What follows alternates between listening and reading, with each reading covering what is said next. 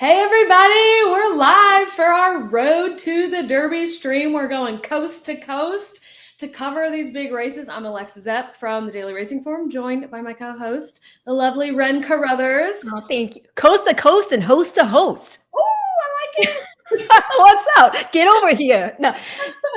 Hey, I mean, exciting times, right? I know. I feel like it's been a hot minute since we've hosted a show together. Was it? I know. Was it Keeneland last year? I know. And that was awesome sauce, I'm going to say. Although eating cold burgoo, maybe not quite as awesome. You know what? It's a memory that will go down. It is. I will never forget the thermos.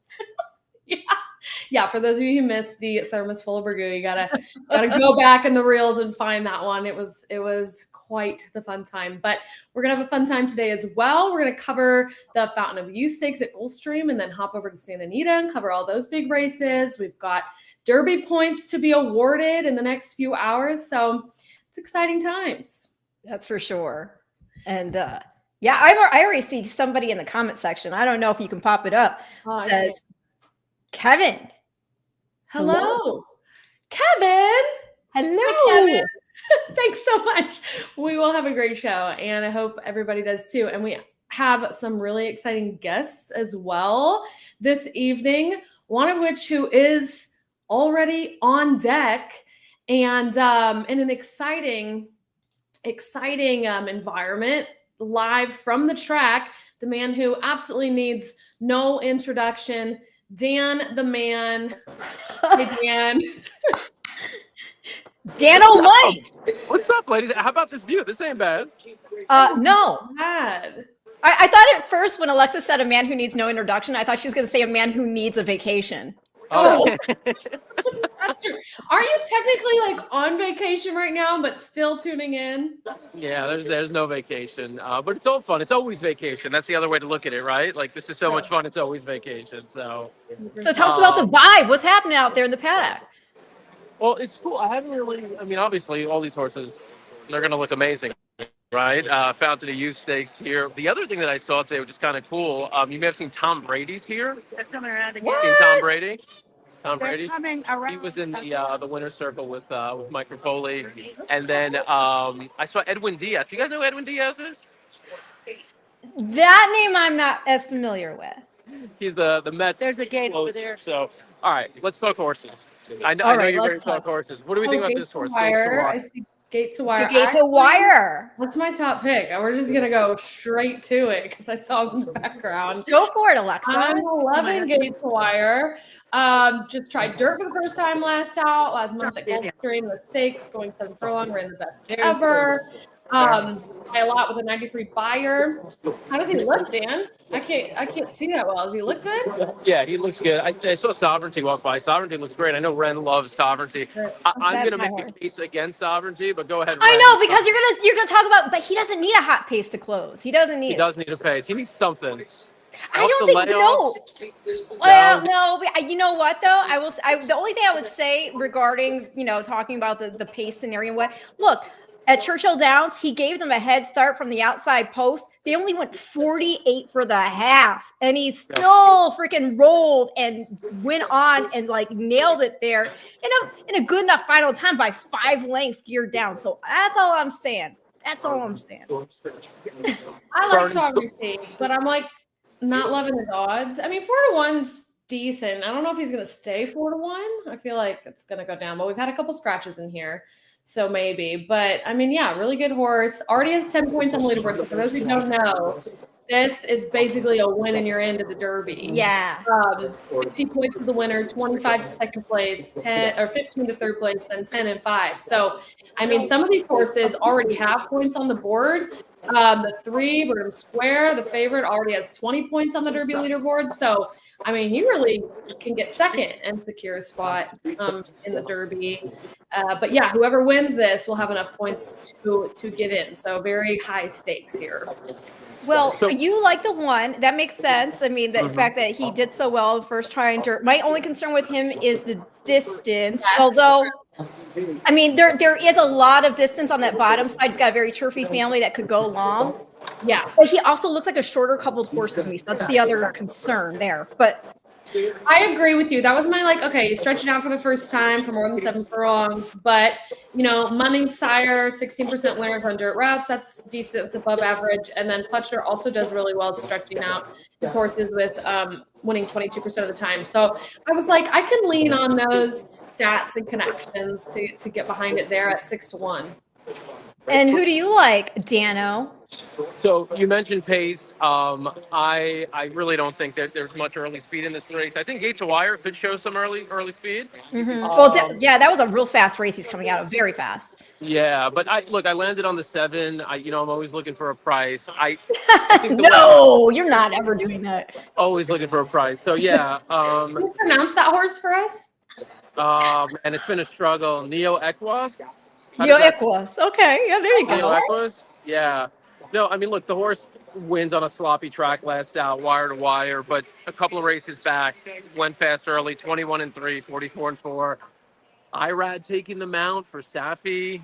I mean, there are a lot of positive signs there. I think he gets to the front. I think the 6, River Thames, is sitting right off of Neo Equus. And I think basically it's those two horses. I think River Thames gets first run. I know people have had questions about him also distance-wise. Well, yeah, I mean, it's a family of Paula's Silver Lining and Dad's Caps. It looks like, I don't know. I mean, he's been a mile, but it's a 1-turn mile there at Gulfstream. I don't know. I have distance limitation questions for him for sure. Yeah, I think what's going to happen is I think he's going to go, and I think he's going to flatten out, and I think Neo Equus is going to have enough in the tank to kick on. Well, he's bred for distance, Neo Equus. Neolithic out of a Birdstone mare. So it is impressive that he's done so well sprinting. I mean, the two horses who I think for me are interesting to finish from slightly off the pace and potentially run both of them down would probably be Burnham Square, who's been super honest, right? And then also the 8, Keep It Easy. It's another horse coming off sort of a layoff, but, a horse who Ren, you like that pedigree? Keep It Easy. Oh yeah, I mean, hard's fun. English Channel, obviously we think turf, right? But I mean, I really, to me, the two horses are the Sovereignty and Burnham Square. Burnham Square coming into that turn for home last out. You can't really see it on the pan shot, but he got knocked sideways coming around the top of the turn as they were making their way into that turn for home. Yeah. Look, I think there's a lot of talented horses in this field. I said the other day, I don't think there's a Derby winner here except for maybe one horse, and that would be Sovereignty. I think he's the most likely eventual Derby winner out of this field, but I'm not picking him today for exactly the reason you mentioned, Ren, because I think coming back first race of the year, and without there being any pace, I just think he's going to have to fire his best shot here. And I don't see why you'd have him cranked up to fire your best shot here when you know that the goal is, what is it, 8 weeks away now? Wow. Oh my gosh. Oh my God. 8 weeks later. We're getting that close already? It's March. Isn't that crazy? I'm going to walk a little bit because I'm in the paddock and the paddock just emptied out. So, well, I need you to tell us though, Dan, because we were just there for Pegasus. And that was obviously. Well, I wasn't. Okay, sorry, Ren. Next year you gotta come. Okay, I know, right? Quite the time. But I've never been there for Fountain of Youth. So, how does the vibe compare? It's good. I mean, look, it's more like a local crowd, right? Local, more easygoing. There's not as many people dressed up, but you could tell I'm way dressed down here. And I still might be the most overdressed. But are you seeing a lot of flip flops? Quite a few. Yeah, quite a few. Let me see if I can get out of this area. I'm gonna walk through the breezeway. I don't know if you my can. Microphone so I could go up to people and ask them who they're picking. You should. Can you see Sovereignty on the screen there, Dan? My gosh. He looks good. Is it? Wow. Oh yeah, there he is. He looks. Is it super loud? Do you still hear me? Yes. I can hear you. Yeah, get some local picks like you did for our Pegasus. Go back to that guy in the orange shirt behind you. Ren zeroed in on the orange. Hold on. I'm trying to get to a better place. Okay. If Dan gets to a better place, I think he's looking for the bar. That means that's code for bar. The bar is always the best place to get hot takes. And make sure if you have a hot take to drop it in our comments. And we've got a few coming in here. Whenever I just realized we have 3 guests. Whenever I put a comment on the screen, we're gonna block off Dan's face. Uh-oh. But that's okay. We don't need. We just need Dan. Burnham Square will So, a 3-year-old that has heart. Alpha Omega thinks Burnham Square will close. Let's see. Blake thinks 1-2 double key into the next for a layup. Blake, who's the key into the next race? Drop a comment. I like that 1 into this race. I think that's some great odds. But yeah, River Thames or Thames. Is it Thames or Thames or Thames? I said Thames. Thames. Like, I know. What do you think? What do you think about him? Okay, so second in here for Todd Pletcher, other one being the one Gates Wire, undefeated in 2 starts with 2 really fast speed figures. There's a lot of upside. The downside, never run more than a mile, never run against this level of stakes company. So I thought probably the one to beat, but I don't think it's an impossible task to beat him. So I also, morning line favorite, now not going off the favorite. It looks like, Square's taking more money. So 2 to 1's a little bit, well, it's still morning line. It's still not super sweet odds in here. So I think he's beatable for sure. I think he's beatable. It looks like the people are pretty keen on Burnham racing there at 8-5 right now. We can't. I can hear you. It's so loud. Give me 1 second. Yeah. While you. Yeah. Samantha Perry just I can winding hear down. Samantha. Yeah. She's Once got a great voice. Sam is done, I'll jump in. Okay. In the meantime, mute yourself. In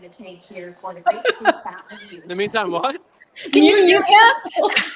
Maybe I can. Oh wait, I can. I'm the. Oh no! Wait. Oh, now he wants to say something. Okay. Now you're on mute. All right, come back to me.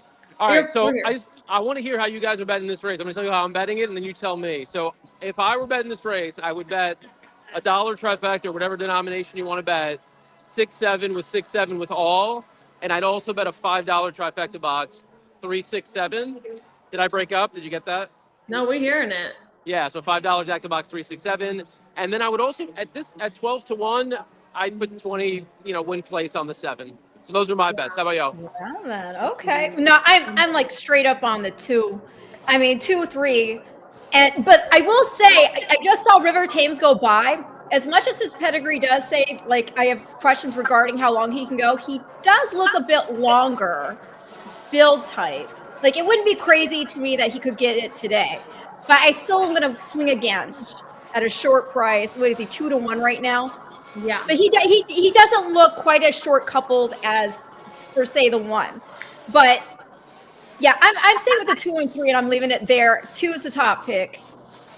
Okay, I would bet the 1 to win at 6 to 1, and then I would also play an exacta with the 1 over the 6.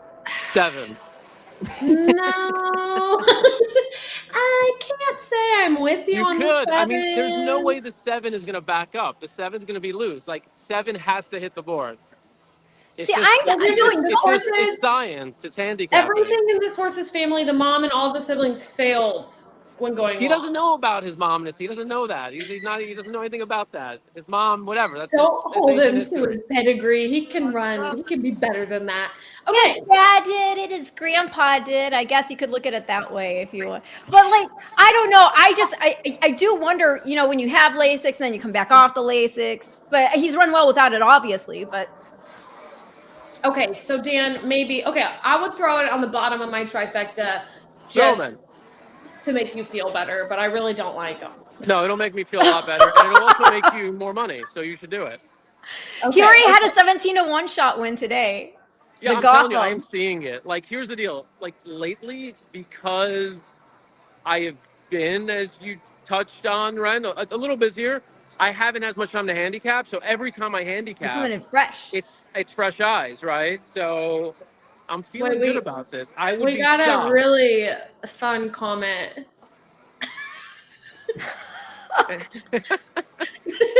Central casting. Thank you, Rick. Yeah. Who you got, Rick? Who's your pick? Yeah, who you got, Rick? Talk to us, Rick. Come on, Richie. Tell us who you got. Yeah. Who else does the chat have? Is the chat telling us who they like? Anybody making picks? Yeah, we definitely have. We have people who like River Thames, however. Alpha Omega clarified It's Thames. That's the pronunciation. Thames. Appreciate that. Let's see. We're not having a ton. I've been close to it. You what now? I've been close to it. I've walked along it. I would bet the 1 over. I was gonna say the 3-6, but those odds are trash. So like the 2-6. There you go. You gotta use the 2. Because AM Sovereignty just looked so freaking good. He looks, and so does Burnham Square. I will say, and that horse is That horse is gutty. And Ian Wilkes. I mean, he knows how to get one ready to go and go along. I mean, I remember. Talking about the Classic with Fort Larned, for example. He's had some big horses and I mean, this is for the Withams. I felt like the workouts are pretty slow for Sovereignty coming into this. Is that? See, I don't care. But like, if you look at his workouts even before, that was something I saw somebody else mention that online. Yeah. And I just don't know that he's necessarily a fast workhorse in the morning period. I mean, he's had a few works here and there that kind of stand out a little bit faster than what he generally does, but for the most part, by far, he works just pretty modestly in the morning. So I don't think that's anything out of the ordinary personally when I look at that.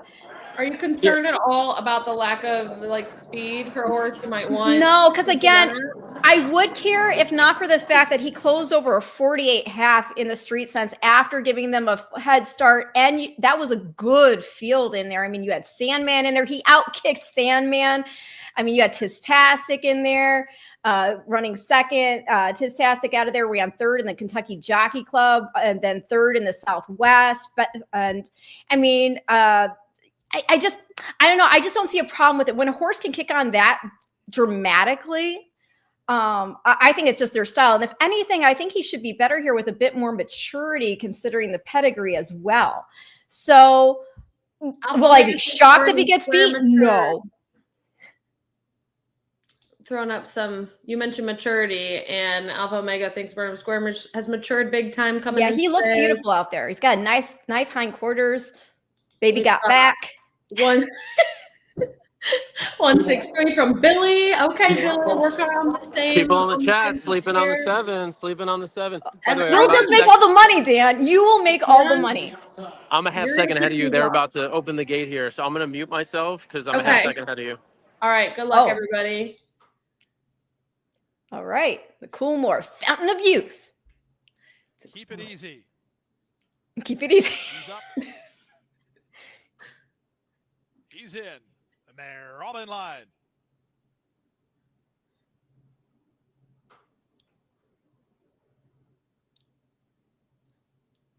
They're off in the Fountain of Youth Stakes.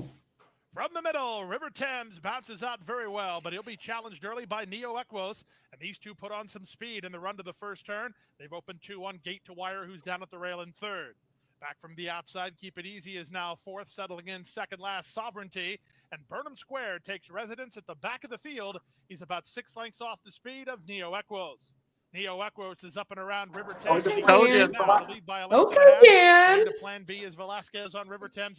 If his horse wires the field, I'm ending the stream. Keep It Easy. He's now fourth, then Sovereignty and Burnham Square. 23 seconds flat for the opening quarter. They have less than I don't know what Dan, because he's ahead of us, so I don't want to know anything. Oh yeah, Dan, you cannot tell us what happens if you find out ahead of time. Burnham Square guided to the clear by Zayas. He's on a mid-race move with Keep It Easy between horses, and Sovereignty asked to keep up at the back of the field. The half mile was 47 seconds flat.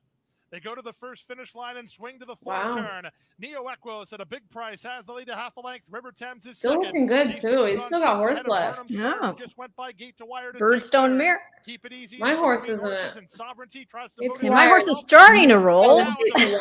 He's within 8 lengths of the lead through 3 quarters. Come on, Sovereignty. Sovereignty. Out River Thames. Sovereignty warming to the task for Alvarado. He's on the far outside into third. Sovereignty. Come on, Sovereignty. Square's bid is stalled as River Thames change your lead. Change your lead. Change your lead. Change your lead. Change your lead. Change your lead. Change your lead. Go.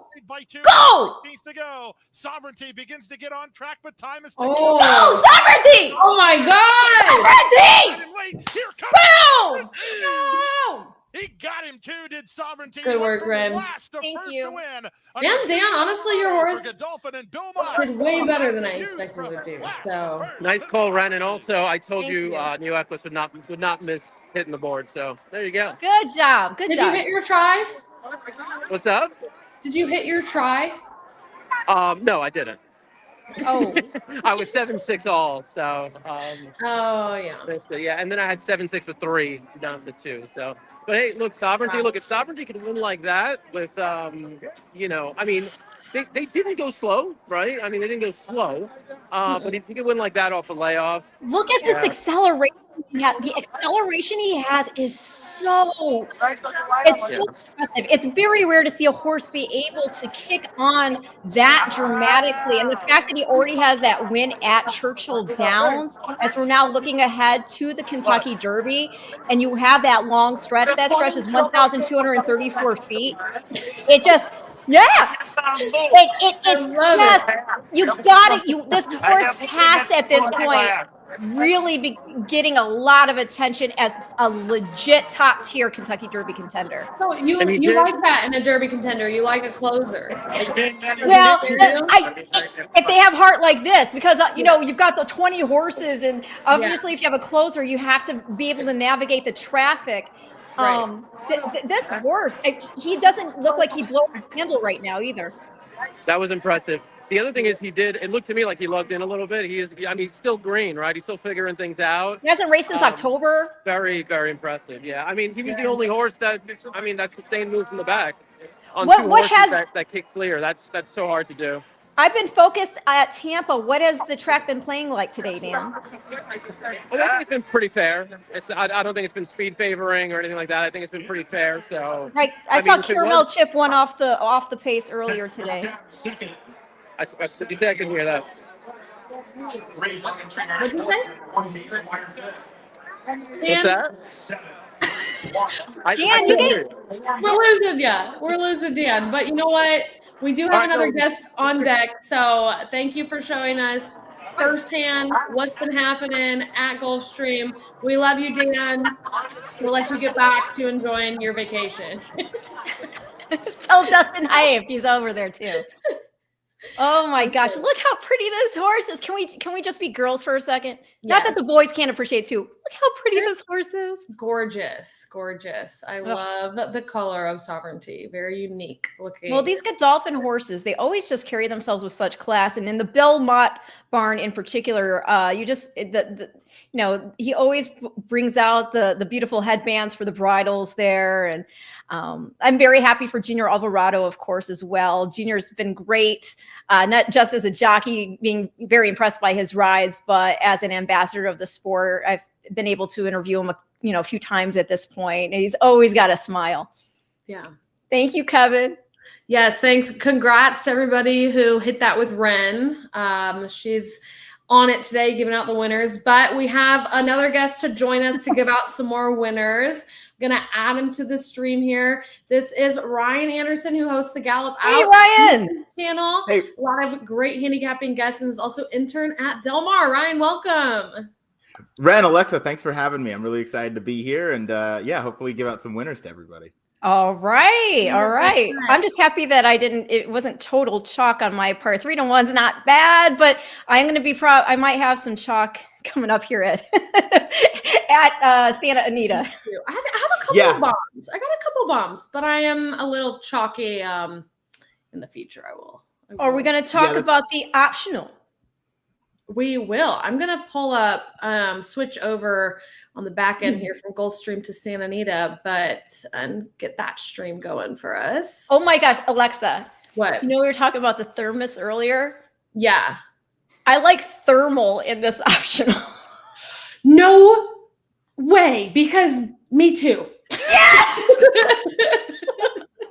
What about you, Ryan? Are you in for thermal?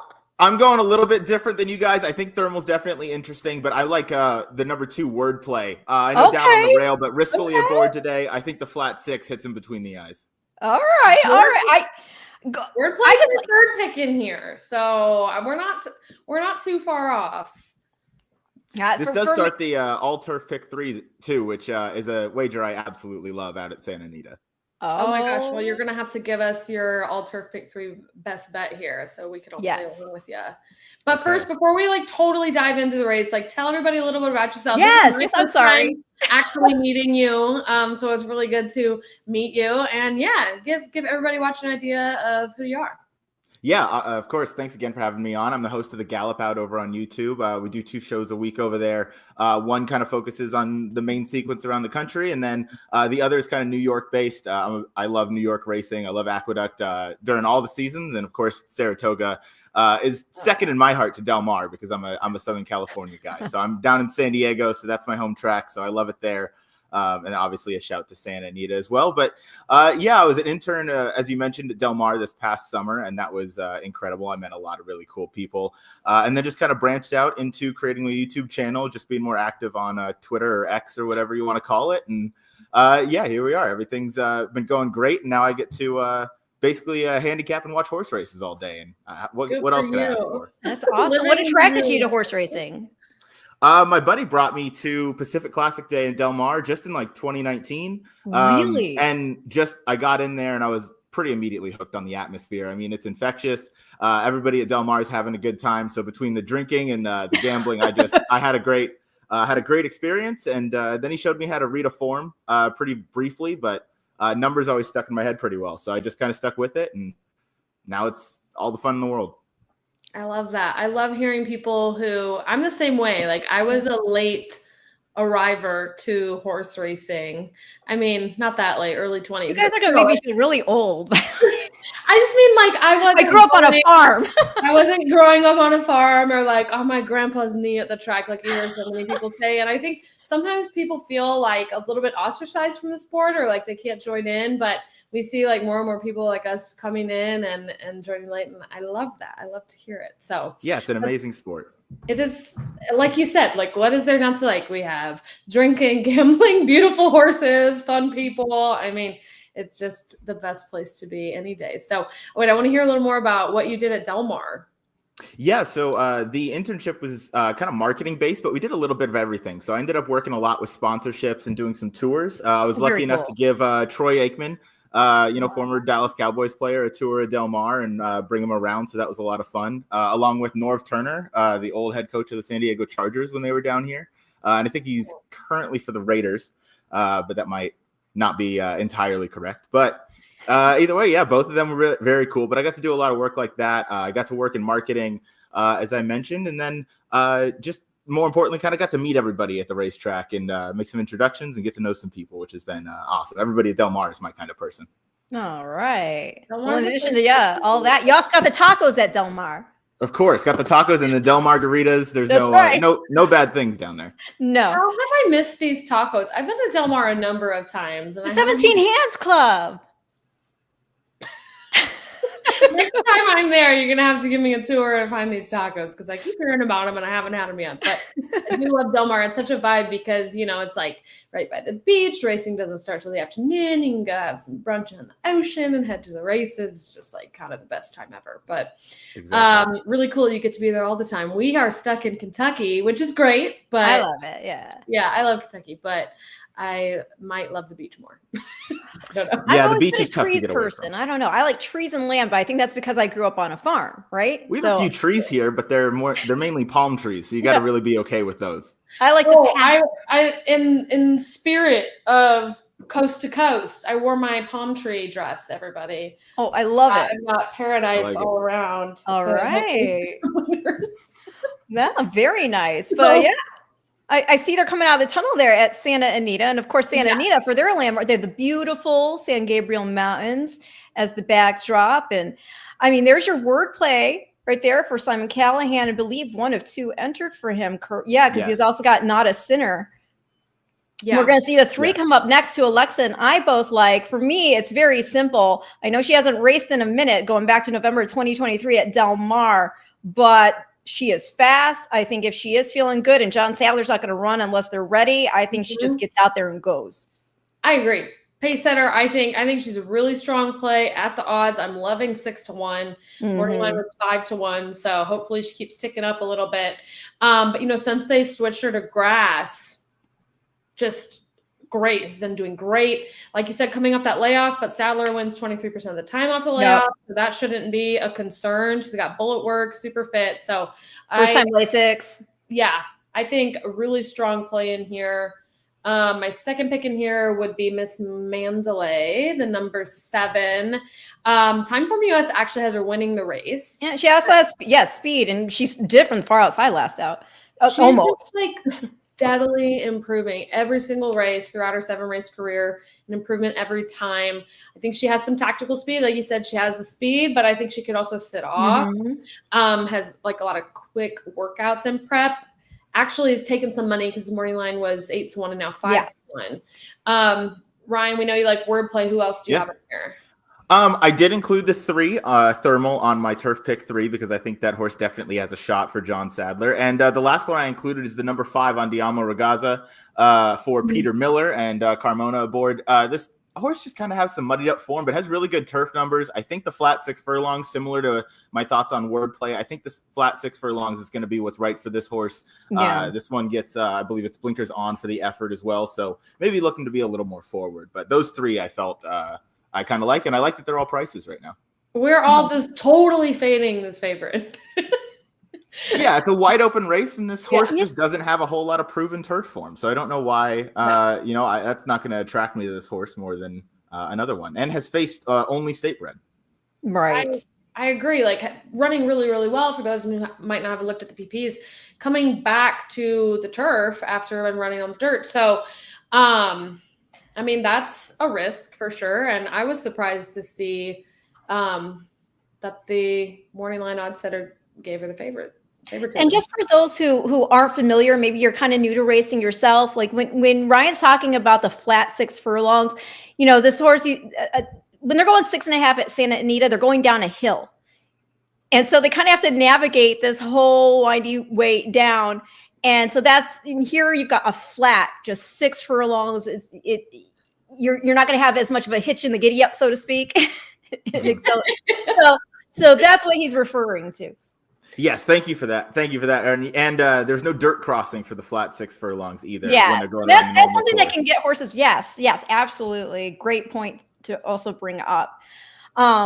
Yeah, I mean, as you said, it looks like a wide open race. So that's why 5-2, your favorite is a favorite, but a lukewarm favorite. Yeah, I think there's many logical places to go for sure. And sorry, I was reading a weird comment. Okay, moving forward. Yeah, very lukewarm favorite, very competitive race. Should we attack? What? No, we're good. We'll ignore that one. Okay. So Ryan, you've talked about this all turf pick 3. Yes. Walk us through that. How are you playing that? That's race 7, 9, and 11, right? Correct. Starts here in race 7 and then goes to the grade 1 Frank Kilroe mile and ends in the optional claimer. I'm going 2-3-5 here to start. Next leg, I'm going to single Mi Hermano Ramon. El Patente was a huge scratch out of that race. That really is going to change kind of the dynamics, but I still think you can get some decent value because in the last leg, I'm going to go 1-7-8. The one I don't have a huge case for, but I do like the morning line price of 8-1 with Rispoli and McCarthy for a first-time gelding, so might show something new, and I don't mind the 283 buyers, this horse earned on the turf. My top pick is going to go to the number 7 for Nitty in the last. Juan Hernandez aboard for Leonard Powell. Showed up really nicely with an 81 buyer last time out, first off the layoff since June of the previous year. And then my last horse, the 8 Moonlit Sonata, Jose Ortiz aboard. This horse lost a formidable man 3 back. And then, a plethora of A-plus horses for Baffert, whether it's Muth or Nisos or Wind Me Up on the dirt. So this horse just has some back classes, some back races to get to. So 7 and 8 are both 12-1, and Invigorated is 8-1. So I think you can get some prices. And with the low 15% takeout, that's very player friendly. You can still make some value out of Mi Hermano Ramon. I find it interesting you brought up Mi Hermano Ramon as being your single, which he was like my top pick hardcore when I first saw the Kilroe's field. I kind of now would be personally for me too deep in there because I think Air Force Red could wire. He's lone speed now, or just lone speed, and he's got a great draw. And I just wonder if he jumps and catch me if you can. And the times, as you've mentioned before, talking about, when he ran off the layoff there, it was at the 6.5, which was down the hill there in the Hernandez, and he didn't get the lead. Same thing in the Eddie Reed, or the Eddie D rather. Thunder Road, he got the lead. He got tired there, but I just wonder if in this instance he can get it done. So that's why I personally, if I were doing this pick 3, I'm going too deep in that race just to hedge. I hear you 100% because I think that's a very logical one. Air Force Red definitely scares me. My real reasoning for singling me Hermano Ramon was I just like that horse too much to. The Pegasus. I just like that horse too. The Pegasus, what happened to him off he had nowhere to go, and then coming off the turn, he was getting another horse right up in his craw. Exactly. We actually have that replay. We'll show you after this race. Yes. The next race when we talk more about it, to illustrate what actually happened to him there. Are you playing the pick 3, Alexa?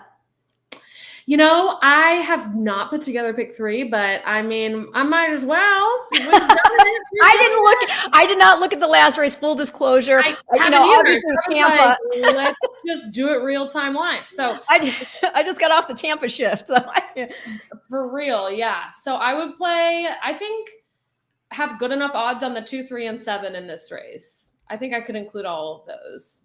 And then let's see. Ren, let's quick cap the last one. Quick cap? Okay, let's do it. Let me hoof on over to race 11 here. Okay, so we got a mile and an eighth. And it's optional 50s, non-winners of one other than. Let's see what we got. We got race 9. I'll do mi Hermano Ramon and the 7 Alamandares as a bomb that we'll get to. It's a 12-1. Oh, that horse for sure has a chance too. Yeah. You've been running against Johannes. Janice. Yeah, come on.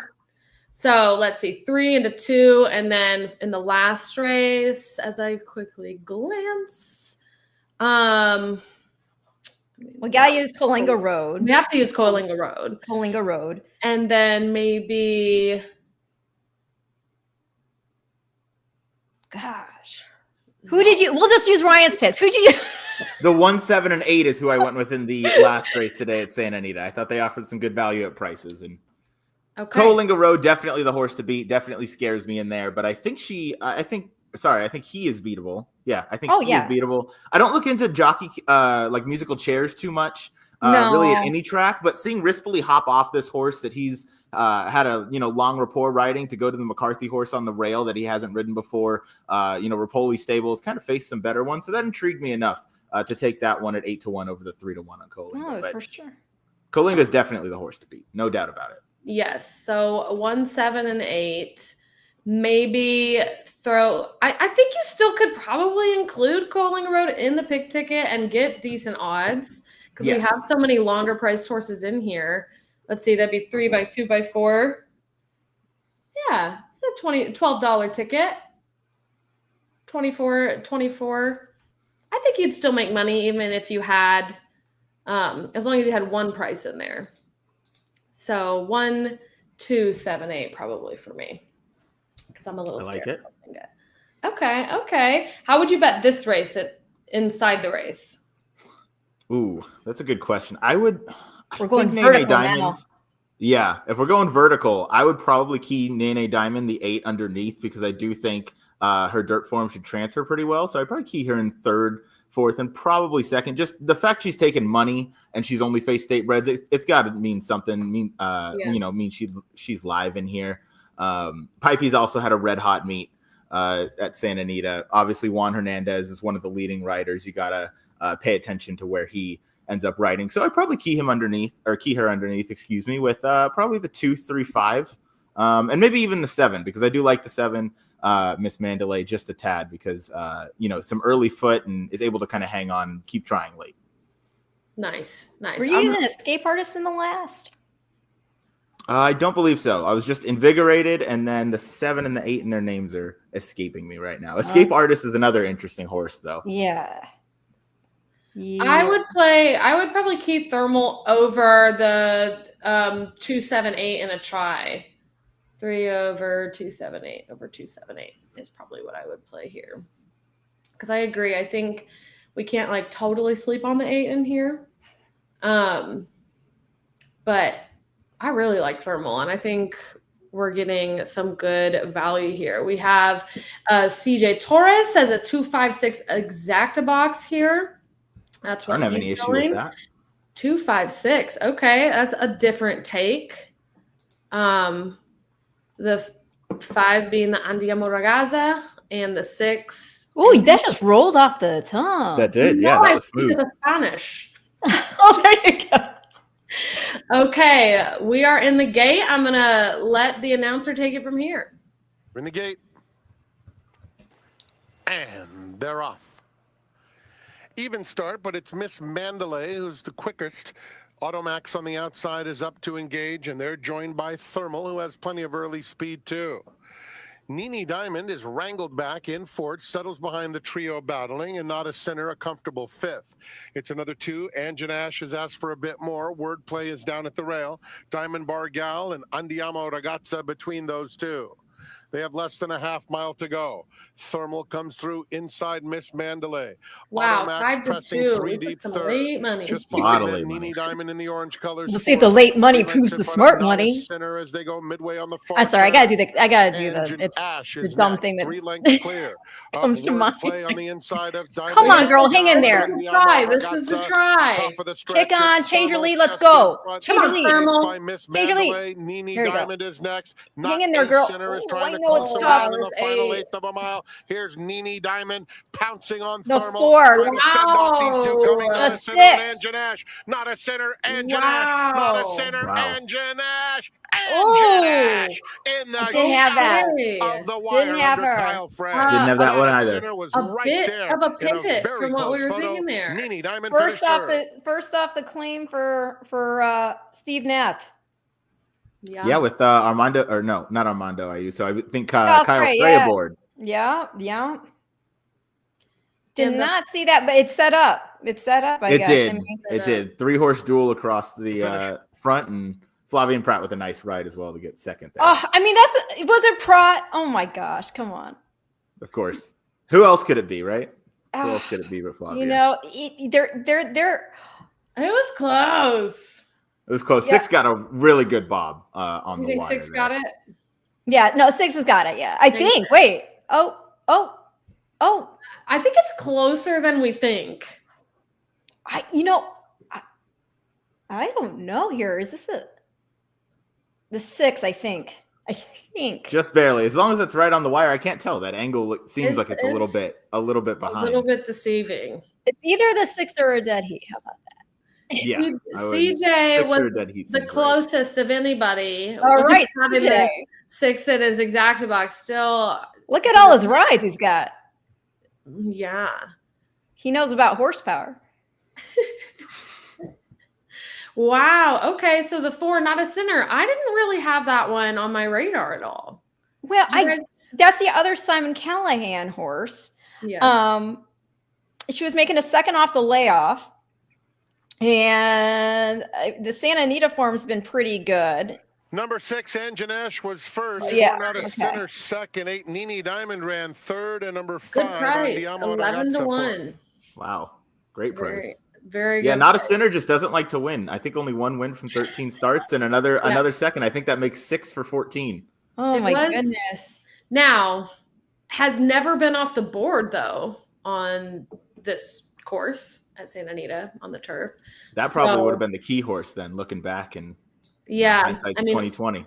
5 second places, 3 thirds, only 1 win, but always at the party here on the turf at Santa Anita. So, I mean, from that standpoint, yeah. And all those second places are close finishes, half a length, a Yeah. nose.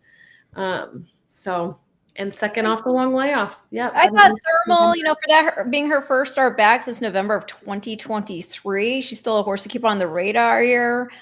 Going forward, speed and fade, Yeah. off the Yeah. long time away. Off the long layoff, yeah. Racing into shape will be good for that one. Definitely came back the right way.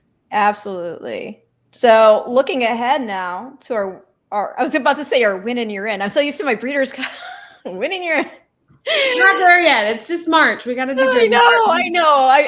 Our Kentucky Derby points on the line here in the San Felipe. I am chalk in that race. I am going to go with Barnes. And I just think, of the Bafferts in the race, he's the Baffert. Me too. Yeah, he is the beast among the monsters, I guess, if you want to call it that, in the Baffert barn. He just seems head and shoulders kind of better than everybody else that's out here on the West Coast. And for all the horses that he has in the stable, to choose to take him to Churchill for the first start, it just speaks of looking ahead. Let's see what this horse does over this course, because maybe come springtime we'll be back again. And 5.5 would likely, too short for a horse like him as big, and he still got it done at first asking. Yeah, he was pretty immature, pretty green in that race when he won by a head to Innovator, but he put it all together in start 2, and I think he handles the 2-turn test no problem here, whether that's on the lead or rating if somebody else sends, but I don't see it being an obstacle of too much magnitude for him. No, what about you, Alexa? Where are you landing there? Rodriguez. Okay. Rodriguez. Okay. Tell us why. Okay, 33rd place right now on the leaderboard for the Derby with 10 points. Third Baffert entrant in here, just to kind of set the stage. I agree that Barnes, obvious major player, Rodriguez, other major player. But for me, since he's had the experience going the longer distances, and we're going to get better odds on him, I suspect, that's kind of what just push it over the edge for me. They're both in prime shape. Both, I think, will want the lead. But from a distance standpoint, Rodriguez won for me on that.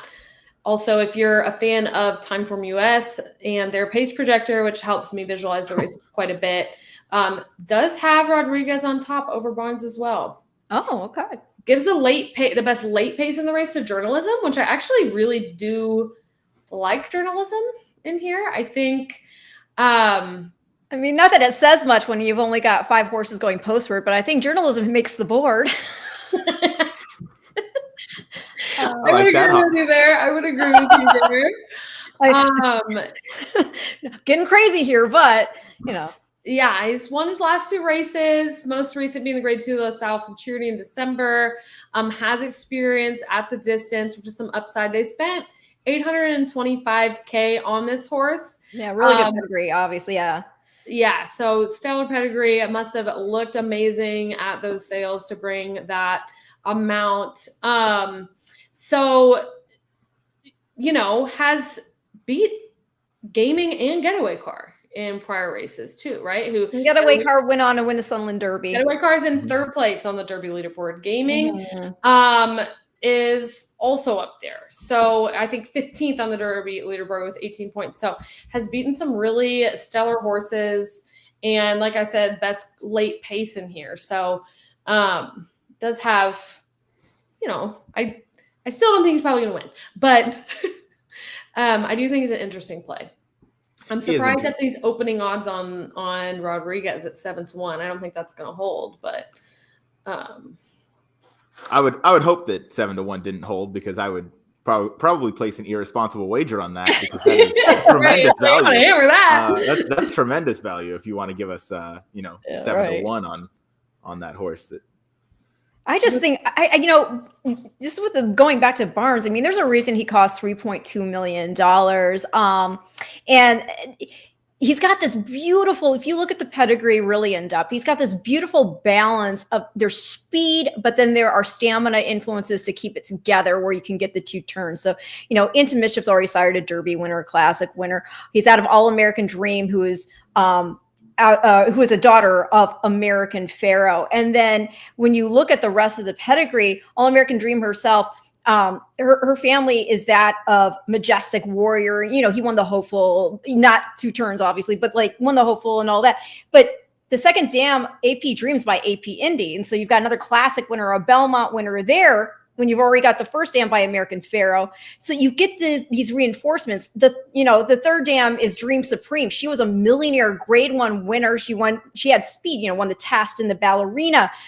by seeking the gold. And so you keep getting these reinforcements. You get the speed, and then you get a reinforcement, and a speed and a reinforcement. And he just looks to me like a horse who's going to love going 2 turns. So as much as I always try, and it bites me sometimes, and I kick myself, I'm like, oh, I would have had more winners on, any given card if I just didn't try to beat the favorite here. And I tried to beat the favorite because this other horse I thought was logical, and it burned me. There's just some times where I'm like, you know what? I got to do it. In this case, it's one of them. I'm going to go with Barnes on top, as I said, for the reasons listed. And and from a personal thing, I love the Zaydan stable. I think they're great. So it'd be fun to see that for them as well. Yeah, I'm with you. We have someone claiming here, CJ, that Barnes is going to be the Derby winner. Oh, he's going that far. Okay. That's a statement. And he's also, what about you? Do you wait for the field, or do you have a Derby horse before the Derby? It depends for me. Sometimes I have to wait for that field to be set. I kind of have to wait for the field. I mean, I have horses I really like going into it, and horses who I'm hoping they get like a good position that fits their running style. And if there's someone super stellar where I'm just like, I don't care who else is in there. Like, I think this horse can handle anything. But for me to really analyze the race, I have to have the field. What about you? I like to see the field. I want to see when everybody draws in. I'll pay attention to the Derby future pools because I think on occasion they can offer some decent value. If I really, really love a horse, it would have to be over 45-1 is pretty much my limit if I was going to take a horse. And even then it would have to, I'd have to be really sure. So typically I don't, typically I wait until the field comes out and I see the horses that are going to make it into the gate. And then I can kind of form a stronger opinion. I'm trying to share if I can. I'm not sure I'm able to. Oh, I am able to. Okay, cool. So speaking of futures, here's current. Oh, heck yeah. Look at you. Yeah. Great job. Okay. I'm prepared. Okay. I see if we had a Derby leaderboard, and we actually had this graphic made up at DRF for the futures. So this is currently before today where they were sitting at. So Citizen Bowl plus 800. You said you need like over 40-1. Is that what you were saying? Yeah, that's pretty much my bar there.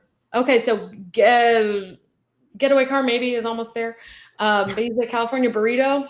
Love a California burrito. I do love California burritos, but no, I don't think any of those 4 would make it onto my ticket. I don't quite love them enough. I'm like a huge fan of Sandman right now. I don't know if I feel like Sandman will have the best running style for the Derby.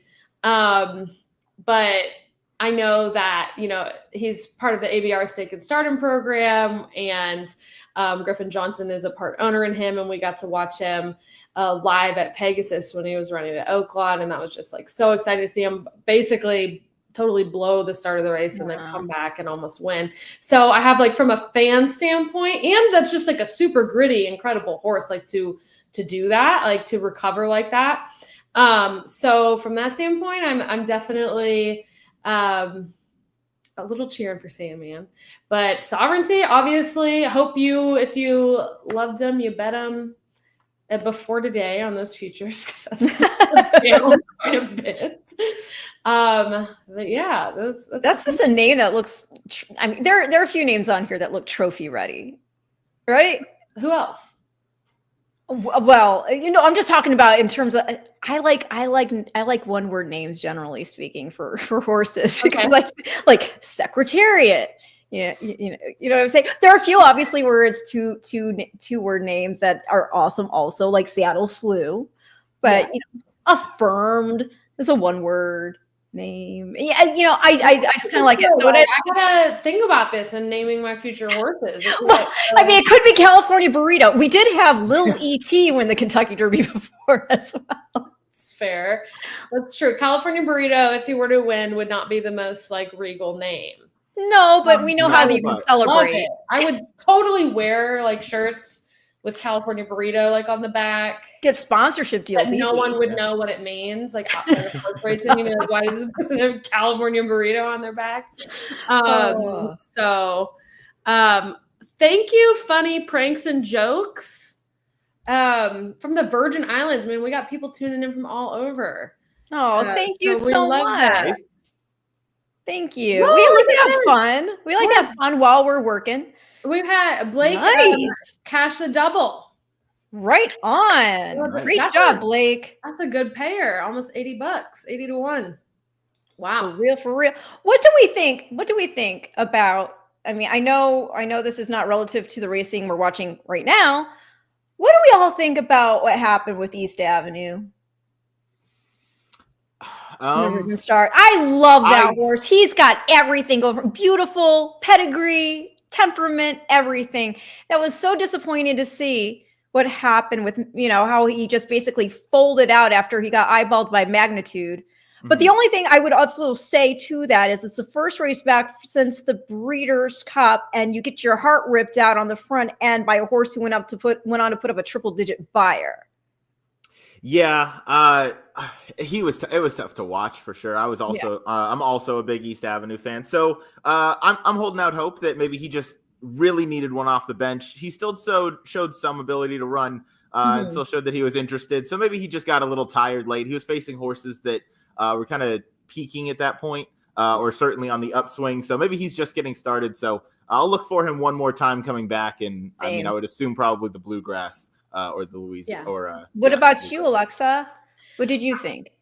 I'm gonna echo what he's saying there. I'm not thrown in the towel yet. I think there's still time and there's legitimate excuses. So, because I was my pick, back in November. So, yeah, I'm not thrown in the towel yet. No, we get him back to, like you said, I think that's great. Yeah, Bluegrass, where he's won the Claiborne Breeders' Futurity at Keeneland. See what he does on a track we know he likes. Yeah. And I will say he's not going to be a Derby play, even if he, comes out and romps in the Bluegrass. He would still be a horse that I'd probably try and play against, just out of probably caught. And I don't think a mile and a quarter is really going to suit him long term. Oh, I mean, hey, it's one of those things you never know till they do it. Katie's in here. Oh, yes. And we have a request of her to talk about the podcast. Oh, yeah. So that's the HHH Racing podcast. I also do a show there called Pacific Horse Players. Myself and the host, Noah Maher, we're a couple of just kind of young guys that love to talk about West Coast racing. He's from Orange County area. So him and I do a show every Tuesday, 6:30 Eastern.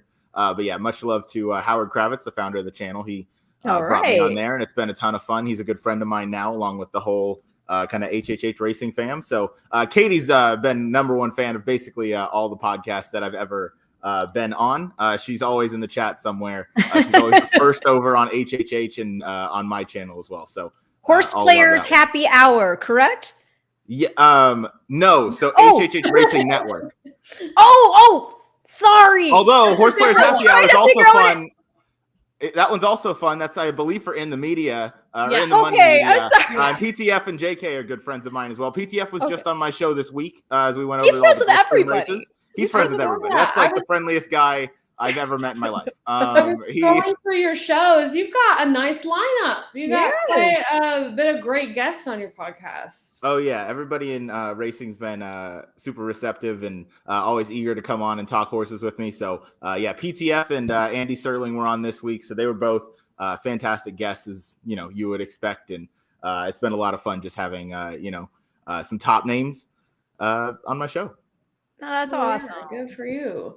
I'm gonna add, we've got, I guess not. The screen is black. I see we have a guest in the waiting room, but I think they're getting their camera fixed. So we won't introduce him quite yet. A guest in the waiting room. A guest in the waiting room. Look, talking about baby got back. My gosh, Barnes has got back. Yeah. So Barnes, named for Jimmy Barnes, who's been with Baffert for a very long time, consummate horseman. And there he is. There's Barnes, y'all, with the blue shadow roll. Look at that hind quarter. My gosh, is his butt big? Yeah. He's got some booty. Those are some impressive hindquarters right there if we want to get a little more technical. There we go. We don't need to be technical. It's okay. Sometimes I try to balance it between, yada. Barnes does look incredible in here. Yeah, I'm sure you guys mentioned it with the Phillies race at Gulfstream, but this race, because of the scratch of Berlin Wall, not the full amount of Derby points. Right, correct. So I think it's is it 38.5 to the They winner? had to reskew it. Let me just make sure. I don't want to speak. I don't either. Oh, here it is. I have it from David Aragona. 37.5. Oh, to there you first go. place Yeah. with the We got a scratch. 18.75 for second, 11.25 for third, 7.5 for fourth, 3.75 for last. Check the decimal, y'all.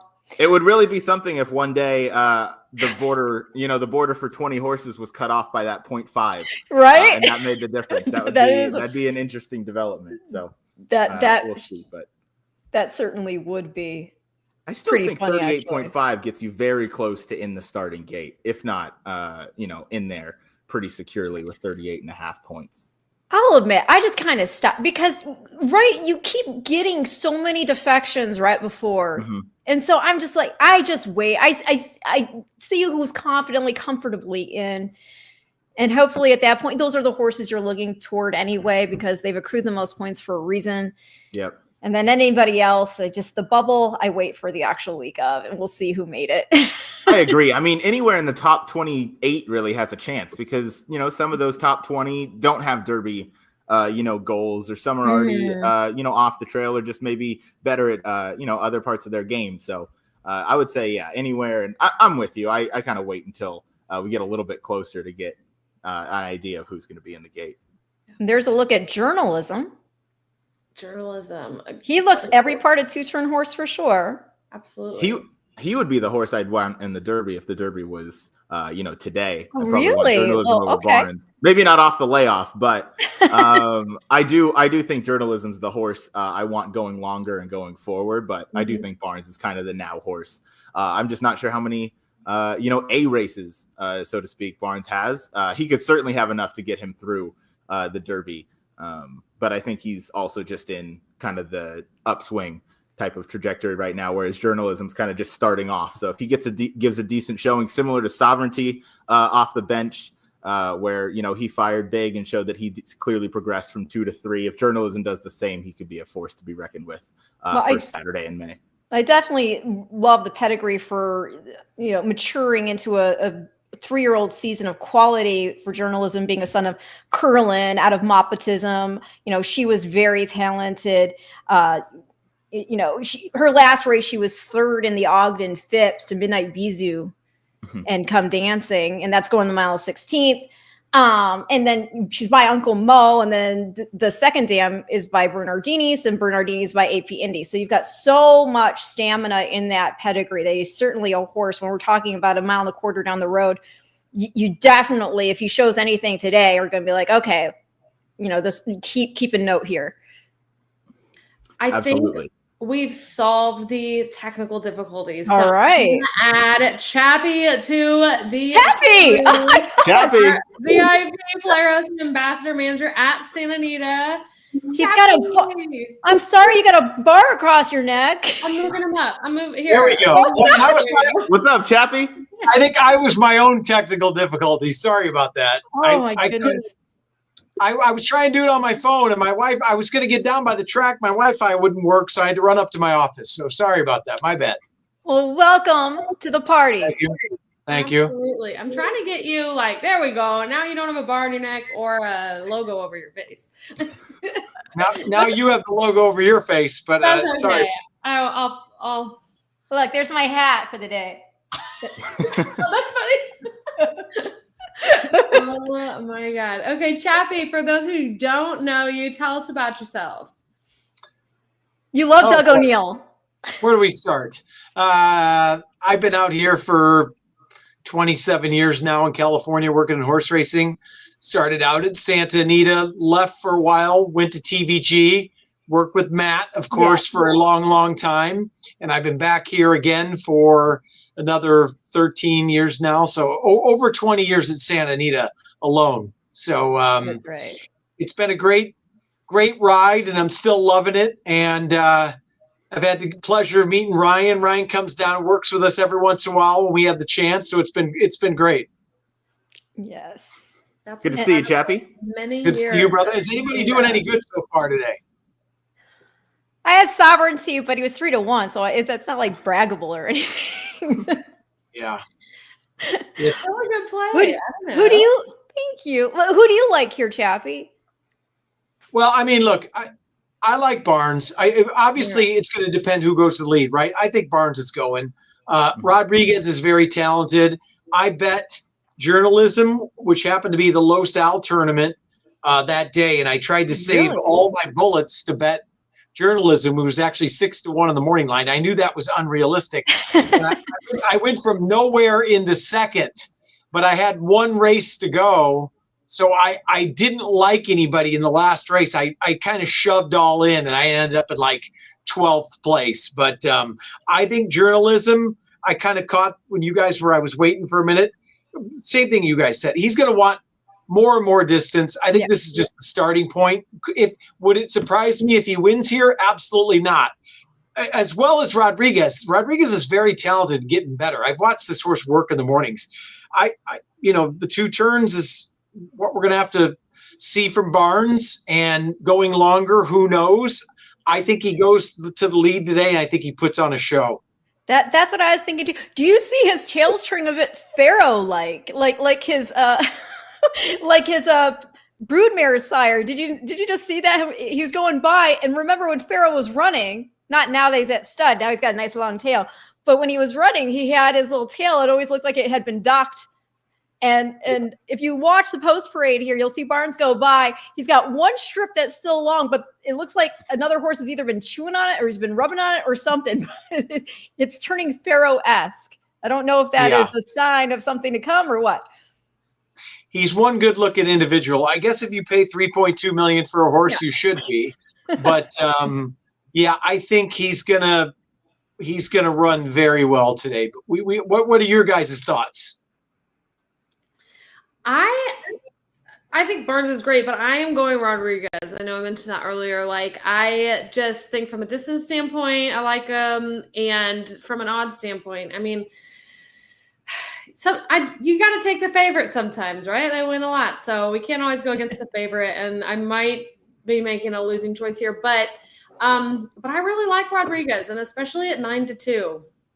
9-2 is crazy on Rodriguez. That is crazy on Rodriguez. It's a nice value. Oh, is he a pretty boy? Journalism looks very nice out there. And yes, here's Barnes.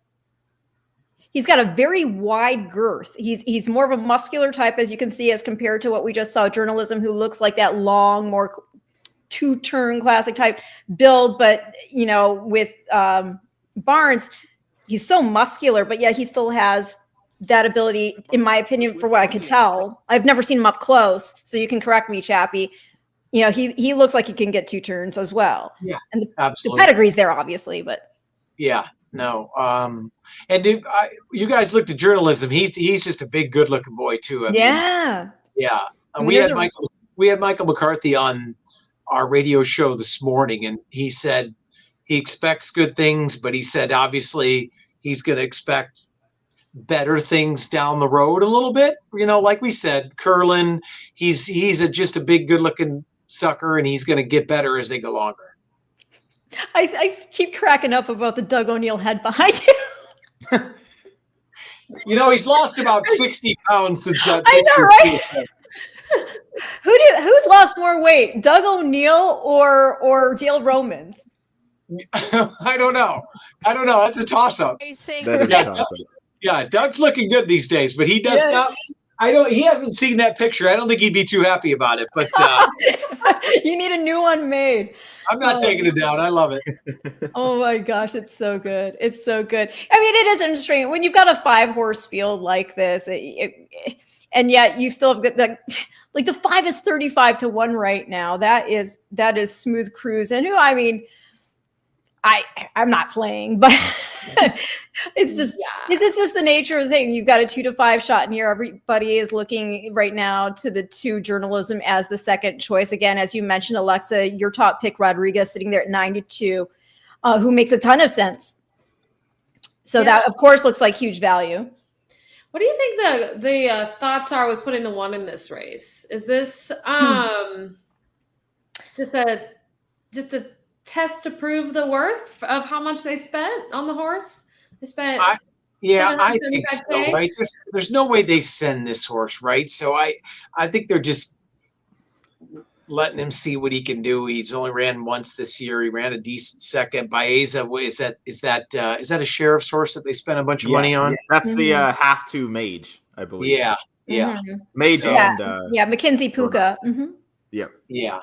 So sorry, I'm answering texts as I'm going to. I'm How dare you do anything else when you're on with We us? know you're I'm working and talking. My bad, but I can hear. I can. It's all right. You can multitask. We'll allow it. Oh my gosh, our chat. Is it blown up? It's blowing up, but it's a little bit spicy. Oh. Spicier than normal. We've got some people going at it. So long as they're not going at us. That's fine. There's We can always fight a each little other. bit of that, but we have tough skin, right? But no, this is interesting. We love it. We love all the interaction in the chat, even if it's a little fringe this time. But Fringe or unhinged? it's unhinged.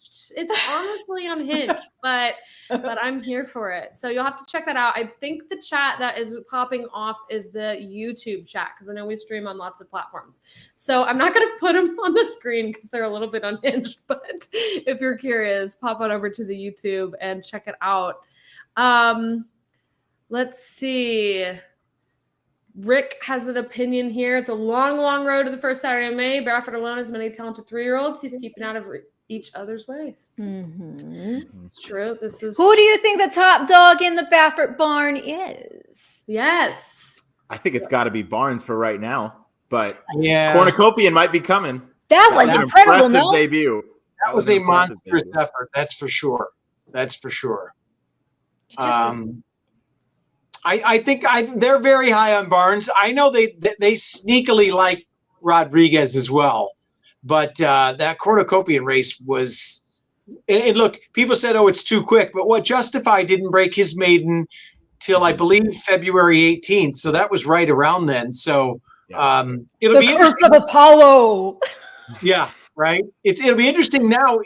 This is a good problem to have, where he has to split them all up, right? Because they have to get points. In this race, now with the scratch, they lose a little bit of the points, correct? If it's 5 or less? Yes. Yes. I mean, it's a good problem to have. Let's see It here. is. It Now, is an somebody- embarrassment of No doubt. riches type situation.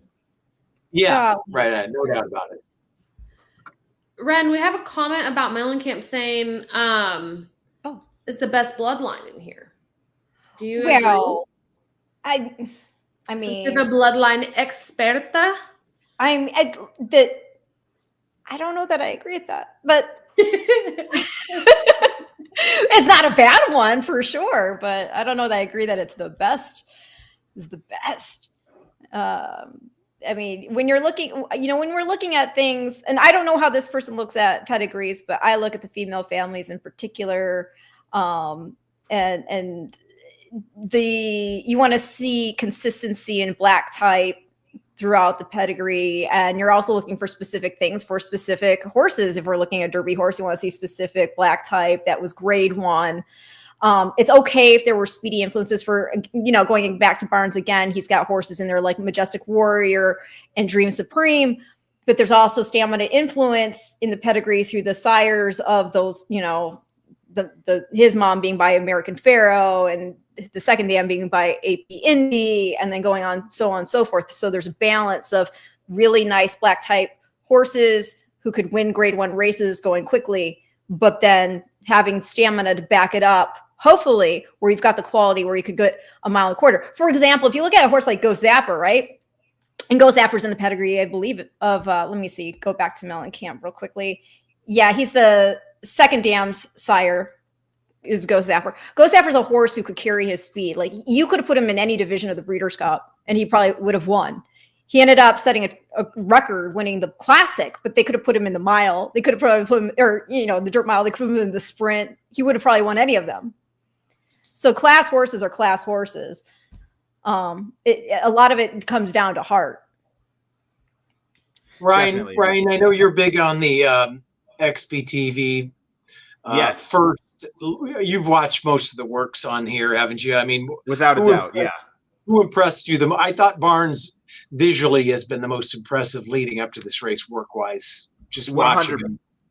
100%. And then of course you see the the Andy Harrington workout report where he's getting B pluses, and I think he either almost got an A minus or got an A minus in the workout report, which you almost never see. But visually, I'm not the best at looking at a horse and telling who's going better than the other, but with Barnes it's such a clear standout that even an eye like mine is I able was to gonna tell. ask, like, for people who aren't used to watching that, like, what is it that you look for? Because obviously you have different trainer intent. They might not be trying to, have a horse run their best that morning. So how do you really gauge that?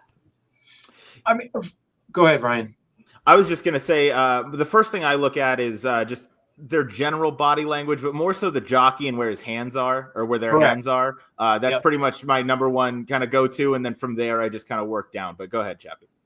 Yeah, no, I agree. I mean, you can just tell watching enough, and it takes a long time, right? But I always say times don't mean anything, right? And you watch how they work. If the jockey's just sitting there and the ears are pricked and he's holding the hands and he's not even asking him to go, after a while, and obviously when they work in company, you can look up who they're working with, judge by that, and judge by both jockeys. It helps a lot if you really want to get to learn. Solo works take a lot longer to kind of figure out. But who's somebody calling the race here, or how are we doing this? San Felipe Stakes. Got Frankie Armani on the mic. Journalism There we broke go. smoothly, and so did Barnes. Barnes takes the lead after just a few jumps. Rodriguez came away in third, smooth cruising, and Mellencamp is at the back of the field. So Barnes is the quickest, and he makes his way over to the rail, opening up 2 lengths. Rodriguez moves into second. Long shot, smooth cruising, trying to be a part of it. Moves up on the outside of him, trying to keep a little bit of pressure on Barnes, who's doing it easily past the 6 furlong pole. Humberto Rispoli has Journalism in fourth, 3.5 lengths off the pace, and Mellencamp is just outside of him. The tempo is reasonable, and it's Barnes in charge. Has it by just under a length over Rodriguez, heading to the half-mile pole in the DK horse San Felipe Stakes. Smooth cruising. At the rail, Journalism is 3 lengths off the lead, trying to get a little bit closer now. He's just in front of Mellencamp. Into the far turn, it's been all Barnes. He gets a little bit of a nudge and responds. Barnes starts to sprint for home. Stablemate Rodriguez trying to make it interesting in second, and Journalism 4 off the pace in third. They're followed by Smooth Cruisin' and Mellencamp. They're a 1/4 mile from home, and Barnes is widening. Journalism now swings into action on the outside. These are the two as they come to the 8th pole. Barnes in front by 3. Journalism chasing with determination, getting closer with every stride. And here comes Journalism. Wow. Barnes, and it will be Journalism striding away powerfully to win the DK horse San Felipe Stakes. Barnes had to settle for second. Rodriguez a distant third. I got to admit, at the 3/8 pole, I thought Barnes was long gone. So did I, and then you're right, and then Journalism just kicked on. Wow, that's writing a story. I mean, what we mentioned, like, he's beat some really good horses, beat all those horses at the top of the leaderboard. So now he's going to join them. Yes. Exciting. That's exciting. Congratulations, Journalism. Yeah. That was impressive. Amazing. Hey, let's see here. And what did he go? Mike McCarthy's having himself quite the day, huh? Yes. 2 stakes wins for him. And for him to do that first off the layoff, too, is very impressive. Yeah. And you know what? Even that last race was at Los Al. You never know, because that's a hard track to judge. It's with that long stretch, and it's kind of odd. And Journalism look was at those first. strides. Barnes second, for Rodriguez finished third. third. That was a huge stride. Wow. Wow. So now, if you're Michael McCarthy, if you're the connections here, what do you do now? What do you think your plan is to make sure he's primed for the Derby? Because like we said, we're 8 weeks away, which is insane. So what do you think the plan will be?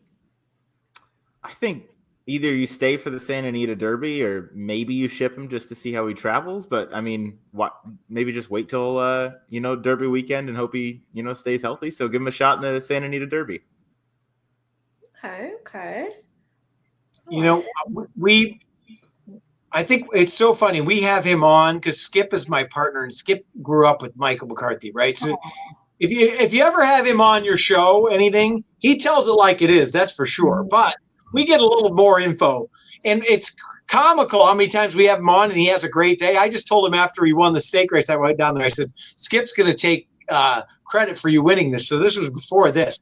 So we'll try to get him on again next week, just to see what he says, and I'll let you know about journalism plans. Maybe he's going to talk about it right after this, but he'll probably just say, "Oh, we'll wait till the horse cools out, see how he eats in the morning, and we'll go from there." Right? I mean, that's the canned answer. Yeah. Wow. Really nice looking horse. Very nice looking horse. So he'll now have 60 points. Well, is that the most? I need to pull up the leaderboard. What does Citizen Bull have? Right. Yes, this wasn't he on the top, was he? Okay, so we've got Cole Battle with 70, Citizen Bull with 60. So we're second with Citizen Bull. And then a big drop to 36 with Getaway Car. So only a couple have really, sealed the deal so far. But wow. We've had some prices today, kids. Look at that. That pick 4 was nice. Pick 3, the double's going well. Yeah. Yes. Oh, look at that. Showing some love. $1,500 pick 3. Okay. Wow. Good. And whoever mentioned Mellencamp earlier, I know he wasn't there in the mix at the end there, but as far as going back to your pedigree comment, I will say the horse is from the family that threw Authentic, so not bad from the pedigree perspective. But yeah, this one again by Curlin out of Moppetism by Uncle Mo, and then just really nice looking horse, quality as you can see, and one with that pedigree that matures like fine wine. So no doubt. Wow. That was impressive. Yeah. That was. Especially off the bench. Yeah. Especially off the bench for McCarthy. 100%. And been since December 14th. So, and cool for Umberto too. Oh yeah. He's so charismatic. Oh yeah. And for everybody there. I mean, this such like a picture like this shows you how much love and support and enthusiasm is behind every single horse. And that's one of the reasons why I love the sport, being an owner, being a manager of a racing syndicate. Like every time your horse runs, not even in a big race like this, even just a small race, like there's just so much like hope and joy, and pride. And so I'm always just so overjoyed to see. Yeah, there's Aaron Wellman right there of Eclipse Thoroughbreds. This horse is also owned in part by Bridalwood. George Isaacs has worked for Bridalwood forever. Really great guy there in Florida. And you've also got the Lepentas. So congratulations to everybody here. So I'm gonna hop off in a minute because I gotta go grab the people who are presenting the trophy for the next race, and that's actually Larry English Jr. who plays for the Chargers. Oh, wow. Okay. His wife was a Sports Illustrated swimsuit model. And then for all of us older people, Kevin Dillon from Entourage, Johnny Drama. Okay. Right. You're going to see them in a minute right in there. You guys on for the next race? We are. We are here. All but Yeah. the last. So I'll try to sneak in the picture, like right after the horse wins. Signal. I'll do the peace sign or something. Try to get it. I love it. Well, You can see my bald head in my blue shirt. You'll catch me somewhere. Thank you for joining us, Chappie. Always a pleasure. Thanks, Chappie. Good to see you. Next time, I apologize. I'm horrible, as Ryan can tell you, with anything. Any social media, I screw it up all the time. I should have been here earlier, so my bad. Next time, I'll be on time. No, it's great. We loved having you. Yes. All right. Well done by journalism. Thank you guys so much for having me. I appreciate it. Good to see you, Chappie. Thanks. Later, brother.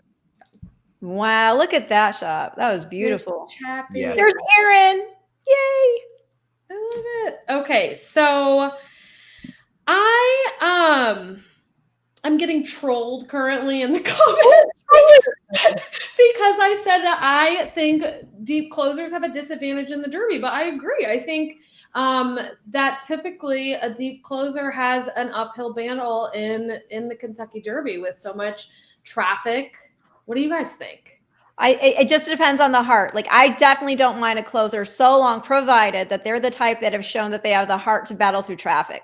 If they've done that, if I've seen that glimmer, then if I think they're the best horse in the race, irrespective of it now being a different animal with the Derby, I will still pick them if that is the case. Generally, though, when you do have a giant field of 20 horses, it's nice if the horse you like is a more poorly placed type. They're gonna have less to overcome in terms of obstacles. But a horse with heart is a horse with heart. So we'll just see for me. And also, it depends on pace dynamics too, of course. Yeah. What do you think? Yeah, I definitely agree. It's tough because in the Derby, you're always going to get a hot pace. It's always going to be, in that 46 kind of range, barring something, crazy unforeseen. So I do kind of not prefer the closers, but I prefer you to be able to, handle some adversity. I guess that is a question I have for journalism. If we talked about him, is, he's mainly raced on the West Coast. And while I do believe he's extremely talented and clearly just proved that, I think it is going to be a question when he gets into that 20 horse field. But a horse like Sovereignty, who's been on my, Derby radar. I didn't like him today because typically I don't like, Bill Mott first off the layoff. But you did, Ren, and he clearly proved me wrong in a major way. But that was a horse that, overcame some kickback and some traffic in the street sense in his last start before today. And a horse like Coal Battle, who's always a hard-trying horse. So it is important to kind of see them handle that adversity. Yeah. I'm always looking for a gritty horse, like a horse who, because – like what you guys are saying. I mean, you're not going to get your way in the Derby. No. Most of the time.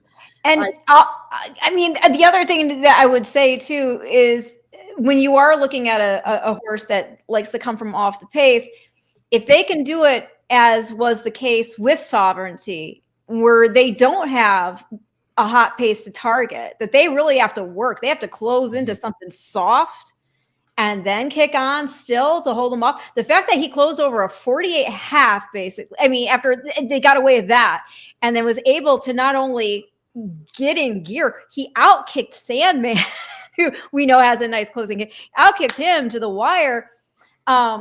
He scored by 5 and gear down. So to me, I'm just like, dang, what do you do when you have a something to target, right? And he had also given them a head start. It wasn't even that like, I'm just slower than you guys when I naturally break. Like something had happened. I forget what exactly, but he had been slow from the blocks. And so they had a head start on top of everything else. So that's why I didn't mind the layoff. That's why I didn't mind however the pace was going to shake out today. Well, we have another guest. We are loaded with guests. I'm going to introduce here Ben Kudla from Equibase. Hey, Ben. Hey, everybody. How we doing?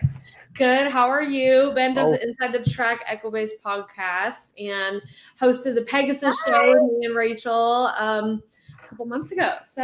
Or a month ago. Wow. Yeah, a little bit different of a setting here in the Equibase office versus sunny Florida that we were in. But wow, Dan the man down there, good for him, lucking out. In the office on a Saturday. I know, got your Cuban polo on. Yeah, that's right. You got to rep Big Blue Nation, But it's great to be on. Thanks for having me. And you caught me at a great time because journalism was like my play of the week. So oh my God. We're going home a big winner. All right. We can buy some dinner tonight, so that's exciting. we right about 20 minutes ago. You had to feel pretty good right about here. Yeah, when he started, really, he honestly did the same exact thing. As soon as he hit his stride in the low sal, was that Futurity, I think it was? Mm-hmm. Yeah, really just kicked it on. I mean, really, really impressive. Two, honestly, I don't know if you all saw that Sovereignty race. Just yes, definitely, obviously, yes, of course. I mean, so we got two pretty much top tier horses coming out of today. So just been wonderful day of racing. Yeah, but. You know what? I didn't see the head on here. I just want to see real quickly. Did everybody? Yeah, everybody got away pretty cleanly there. Yeah. Okay. 4 and 5 broke out a little bit, but there was no bumping or anything, I don't think. I do wonder though. I will say this, and maybe it wouldn't have mattered. This is the first time going long for Barnes, right? First time. I just wonder specifically, I'm just saying, I wonder specifically in this race. I'm not talking about going forward, in terms of pace for the Derby or anything like that. I just wonder if in this race in particular, we know he could have gone faster if he wanted to. But would that have been just completely suicidal? Because he still was lengths better than, the two of them were still lengths better than third. But what I'm saying is, if he had just opened up, play catch me if you can, would journalism still got him? I wonder. I think honestly, I have more of a question if he didn't go on the lead, would he do the same thing like he did in the San Vicente? No. Because obviously, I don't think he is a front runner, as we saw today, especially around 2 turns. Maybe he likes we'll to go back to the drawing board with that one. Obviously, he's an incredibly talented horse, and he named him Barnes for a reason. Oh, yes. Bob Baffert over the years always said he'd name his best horse after Jimmy Barnes, and so if he thinks that much of him, he's obviously a very, very classy horse. But journalism just bested him. Same thing with, that low self-utility. I'm just saying. I'm going to toot my own horn for a little bit. That was a great. You should. It's a good pick. I mean, against obviously probably the strongest favorite of the weekend. Yes. So look at the difference in the way they run. I'm looking at this. I think going faster would not have worked. No, I don't think anybody was beating journalism today. Faster. Yeah. No, I mean, hey, no. You guys might be completely right. Because, I'm just saying we've seen it in the case with some other horses. Sometimes they just they shake loose so fast and to such a degree that it rips the hearts out of the other horses. Oh my gosh, we got to come get you now. Okay. Mm-hmm. But sometimes it's just too suicidal and the horse burns up themselves. I think he would have burned up. Because I don't think he looked like he had a whole lot left after that. And that's a very fair thing. I'm just wondering. I think of different scenarios because when I look at the horses for the next race, I go, oh, okay, well maybe now you're going to do this, and maybe. Oh, I'm just reading now comments too. I know. Okay, Scott. Morley says, yeah, that's what I was just reading. Yeah. Barnes every time. Barnes had his own way and still couldn't beat him. I mean, he did have the race his way. You are absolutely right there, Scott. So Blake also says no one was beating journalism, the group running style until they shift. The shift for journalism was impressive. It's true. Barnes was a little more one-dimensional. So I think there's a pretty big consensus there.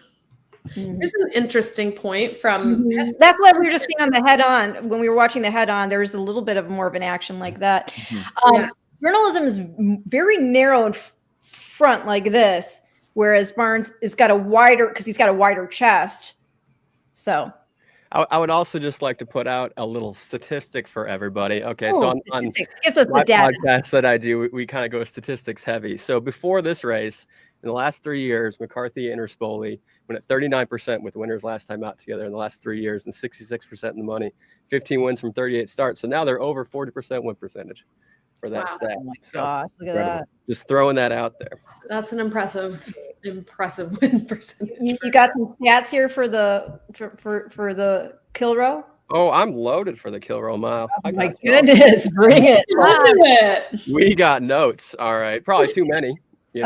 Okay, then give us your best. Give us your best right here. You might as well. I just think with El Patente scratching, there's just really no way for Mi Hermano Ramon to lose. I mean, that 122 was just ridiculous. Then he comes back for a 118, 117. Ran really well against your Spirit of St. Louis, Alexa. Woo! I'll give you that. That was a fantastic play. What was that, 15-1 that day? I think it ended up going off a less than that. I think took some money, but yeah, that was my big play of the day on Pegasus. That was such an exciting stretch run. I mean, everybody was coming at the end, and Mi Hermano Ramon was in between horses and just with a wall. We talked about the inside. We'll show it. We have. He almost was going to knock heads with the other horse that was to his outside. Here, Ren, you can talk us through it. All right. Here we go. Replay. Okay, so yeah. Oh, good. Look at that. Okay, so you see Mi Hermano Ramon, nice. And watch as they come off the turn here.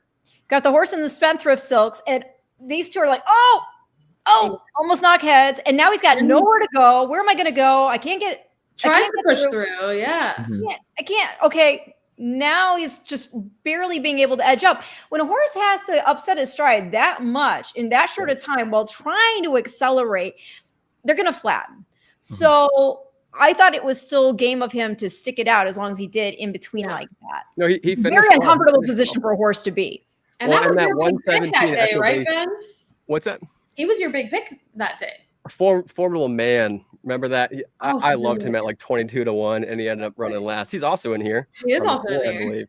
But anyway, so that Pegasus World Cup turf, so that 117 that mi hermano Ramon earned for that over the past 45 days, that's tied for the third best speed figure, any stakes non-winner of any age at any track that is yet to run back. So that's stat lines for you at equibase.com. You can get that in every single entries page in the free tools section. But so that, there's another thing. And Pratt riding, I mean, what he already won with the McCarthy today already with that grade 2, but just got nosed out in the wire if you go way back on the running line, Flavien Prat was aboard mi hermano Ramon for the first career debut and won. So here's another interesting stat. When Flavien Prat is reunited with a horse he previously won on, he's winning at 30% in the last 4 years, 65% of the money, 39 wins for 128 starts. So there's a little race lens angle for you. Oh my goodness. Getting reunited. I don't know. Betting Pratt right now, I think you're going to win a third of the time. So you might as well. I will say this much. And watch that. This is me going, oh, but I liked him originally. Now I'm going to lose because I'm shifting off because I'm trying to be cute. But I will say, be cute, Ren. When I first looked at this race, I was like, oh yes, mi hermano Ramon. Yes, absolutely. Absolutely. And then I started looking at the race more today and I'm like, ooh, but Air Force Red is kind of lone speed in here now. Like, I don't know. I'm just saying, I know he's tired and he's gotten caught, but that being said, he's lone speed here. And he's sitting at 12-1 on the board right now. He ran this race in 2023 and got 5th. My notes before Potente Scratch were, he and the 3 in the length and 3/4. So, I thought he would fade, but now lone speed's always a big advantage, right? Absolutely. And that day in the Kill Row, the ground was listed as good, and he was 5th, but he was being a length and 3/4. And JJ obviously 24% for a reason. This horse is now making this second start going the mile since coming back from that layoff. And just again to reiterate, when I mentioned earlier, when he was in the Hernandez, that's going the 6.5 down the hill. So it's not odd that you didn't see him get the lead from what you would think is the rail is not the rail when you're going down the hill. That's interesting. Okay, this is my last comment on this because Kevin came to my defense and gave us a really interesting stat. And I have now, here we go. So in the last 10 Kentucky Derbies, only 3 winners were 10th or worse at the halfway mark, and the other 7 in the top 5 at halfway point. So I'll put that to rest. Okay, so my pick in here is not as long of a shot as I was hoping. 12-1 morning line. Now we're getting 6-1, but on the 7, Almendares, which I know, Ren, you kind of, when I mentioned earlier. I think that horse has a chance to. Yeah, absolutely. I think you're smart to point that horse out for sure. Totally was knocking on the door for a big win last fall with 2 close seconds in the grade 2 races at Del Mar and Santa Anita, then had a layoff, a bad race, and now another layoff. So hasn't run since November. His workouts, though, really consistent, really quick. He looks fit. He looks ready. So my top pick for a closer in here is a really monster close. So I think if he runs his best race, he could win here at, I was hoping really long odds, but now still decent medium shot. I don't mind the 6-1 play though. I do. Yeah, I do. So good luck to you. Love taking price. Me as well. Yeah, love taking prices. I'm unfortunately I'm not getting too creative. I'm going with mi hermano Ramon on top here, but I do like the 2 Air Force Red. I'm gonna key that one underneath. I'm probably just gonna. If he wins, he needs to be renamed Air Force Ren. No, I'm joking. Yes, There you Both go. of you all eclipse thoroughbred partner fans. I know, right? They'll just pile right back in for the next winner circle photo. Right. Yeah. Exactly. No, so I see the race kind of 1-2. Feels like lone speed, but I think Mi Hermano Ramon just kind of outclasses everybody else in here. What do we think about Zio Joe the 6? Because Zio mean uncle in Italiano? No? Say what now? Does Zio Joe, is that like Uncle Joe? I don't know. I speak Spanish and Italian, which was also corrected for me in the chat. They've been on me today. They've been on me getting all the corrections. Everybody, we love Alexa. Be good. Zio, Tio in Spanish is uncle. Okay. But I don't know about Italian. But this horse has gone off at 37-1 and 11-1 in the last 2 races and really has not been that far off of the winners, which was El Potente and Mi Hermano Ramon. So I mean, common opponents in here, only been 3 or 4 lengths off. Did beat El Potente 3 back in November. I think been consistently improving every race. So I think if there is like a pace meltdown, he could surprise at long odds. I think they kind of did him dirty with the 20-1 morning line. I really feel like he's more of like a 12-1 morning line horse than 20-1. The 5 neat, I thought should have been more like a 20-1 morning line, and Zio Joe, Do you know the one thing I will say? Because I saw Neat go by on the screen there. He looks a little like, and sometimes it doesn't matter. I'm going to preface. Sometimes it doesn't matter. I will say his coat looks a little dull. Neat. Yeah, but he is coming in from the East Coast where it's been cold. Yeah. It's interesting that Jose Ortiz is out here for this horse as well. I think he's probably mainly out for locked, if I had to guess. Right. You're right. But the fact that he also picks up the mount here is certainly noteworthy. For sure. I would have liked Zio Joe a lot more if El Potente was still in the race. I think that gives you a little more pace. And I think without that, I think he might be a little compromised. That picture was so aggressive. Oh, Jose? Jose, my God. Is he boxing? Somebody's taking a foot to the face. That's all I know. Damn. No thanks. Good on you, Jose. The pain and suffering. Okay, I'm talking about all these potential long shots. I am not by any means fading Mi Hermano Ramon. I'm putting the 7 on top of the 1 and then the 6. Like that would be my play in here, like a 7-1 exacta. I probably would play like honestly, at these odds, you could box the 1, 6, 7 in the exacta and still make money. So you're gonna leave out Formidable Man? Yes, I am. Oh, wow.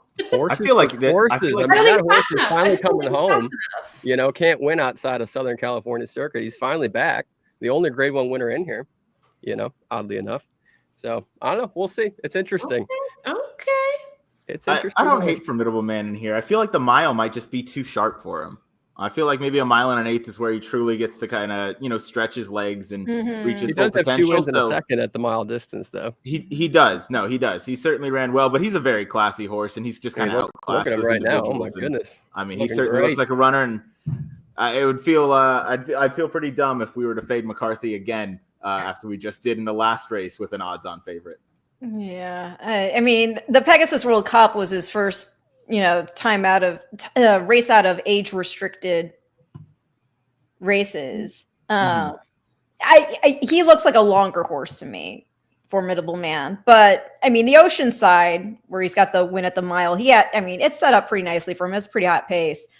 Not the hottest it could be, obviously, when we see some of these horses in California, how fast they can go. But it was honest. It was certainly honest. And so I don't know. Yeah. At a short price, although it's 5-1, I see him as maybe hitting the board, but I don't see a win.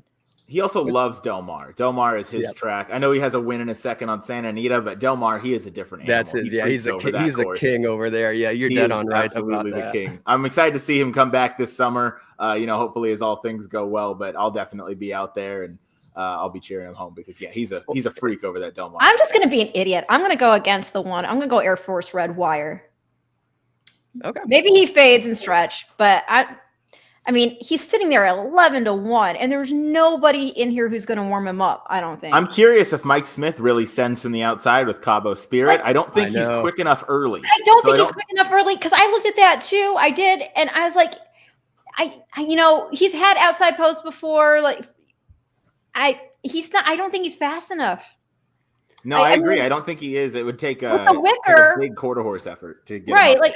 Yeah, I mean, when he was sitting right there pressing at Del Mar in the wicker, he had post 2 that day. Mm-hmm. And then all these recent races have been really, long. The last out was a wire. He had the rail. That's a race where you would think you'd want to go because you got the rail. You don't want to get stuck on inside. And he was still, a bit back early on. Not far. It was, but still, I just don't know that he's fast enough. And with Air Force Red having the 2-hole, I just think he can go. I agree. I think Air Force Red, with true intention by Juan, can clear pretty much no problem. Yeah, we'll see. Everybody, I just want to make it clear, I did love Mi Hermano Romano to begin with, okay? And I fully recognize I'm probably going to lose now because I'm jumping off him. But I just have a super fun thing happening in the chat. Like, if you had 100K, how would you bet it? Some are saying 100K on Ramon. Some are saying if I had 100K, I wouldn't be betting. 50K, $15,000 exactas, 4 with all. 25,000 to win on the 4. So that's fun. What would you do, Ben, if you had 100K to bet on this race? 100,000 to show on Mio Mono Ramon and take the money. There you go. I'm in your boat, Ben. I don't want to hear it. The ROI on a show bet's outrageous. I love the show bet. People put it down. I'm so disappointed in your answer. Ryan, I like the money. I'm going to take the money. I'm in Ben's boat. I'll probably go to place, but I mean, same thing. No, on a horse like Mi Hermano Ramon. Now I'm rooting against Mi Hermano Ramon just for this. Well, he can get third, so it doesn't matter. And they're off. They're off in the Frank E. Kilroe Mile. An Air Force Red broke beautifully and goes straight to the front. Right. He's got no. Oh, look, you're right. There goes Cabo. You're right. Mike Smith, what you doing? Mikey, get that lead, and look he's at him go. Cabo Spirit will be the pace setter. You're right. I was Red will be. He hasn't shown this type of speed in a bit, yeah. No, he hasn't. Not at a mile. And it's Formidable Man. I want to see this racing on the inside of Neat, who's quarter. 6 lengths off the pace. Mi Hermano Ramon is taken back on the inside of Almendares. So they make their way onto the backstretch. Mike Smith and Cabo Spirit setting the tempo. A 2-length advantage. Zio Joe, Air Force Red, side by side, second and third. Neat takes fourth, 4.5 or 5 off the lead. Formidable Man unhurried just inside of him. Then Almendares and Mi Hermano Ramon continues to trail. 6 lengths covers the field, half-mile to travel in the Frank E. Kilroe Mile. Cabo Spirit, Zio Joe 1-2 into that far turn with Air Force Red down at the rail, still very much in the thick of it. Third, Neat is fourth. Formidable Man 5 off the lead, followed by Almendares. Mi Hermano Ramon. He's got to make 8 a move. lengths off the pace. He's starting to look for a spot now with a quarter of a mile to go. Cabo Spirit and Zio Joe. Zio Joe comes to Cabo Spirit. Come on, Zio Joe. Air Force Red looking for racing. Oh, come on, Almendares. Is coming through along the inside. Then Neat, Mi Hermano Ramon still last at the 8th pole. Zio Joe, Cabo Spirit, nose and nose. Come on, give me this exacta. Give me this figures for the first time. What a day for Michael McCarthy. Oh my God.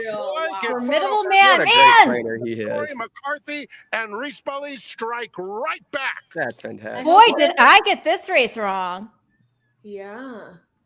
We all Golly.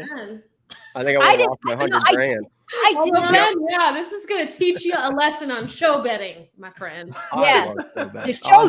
Oh my gosh. What's the show? Were there bridge jumpers? No, we're saying if he had 100,000, he would put it all to show on. Yeah, there goes our 100 Where did he grand, finish? Yeah. Where did Romano finish? Let's see. Fourth. Finished He's fourth. fourth, so he's off the board. So there's is there show jumping here? And 4 Formidable Man was first photo for no. No. I'm saying that, but like the show pool payouts are going to be crazy because I'm sure there were a lot of people who bet him to show. So that's bridge jumping. So I'm just curious to see what the show pools are paying.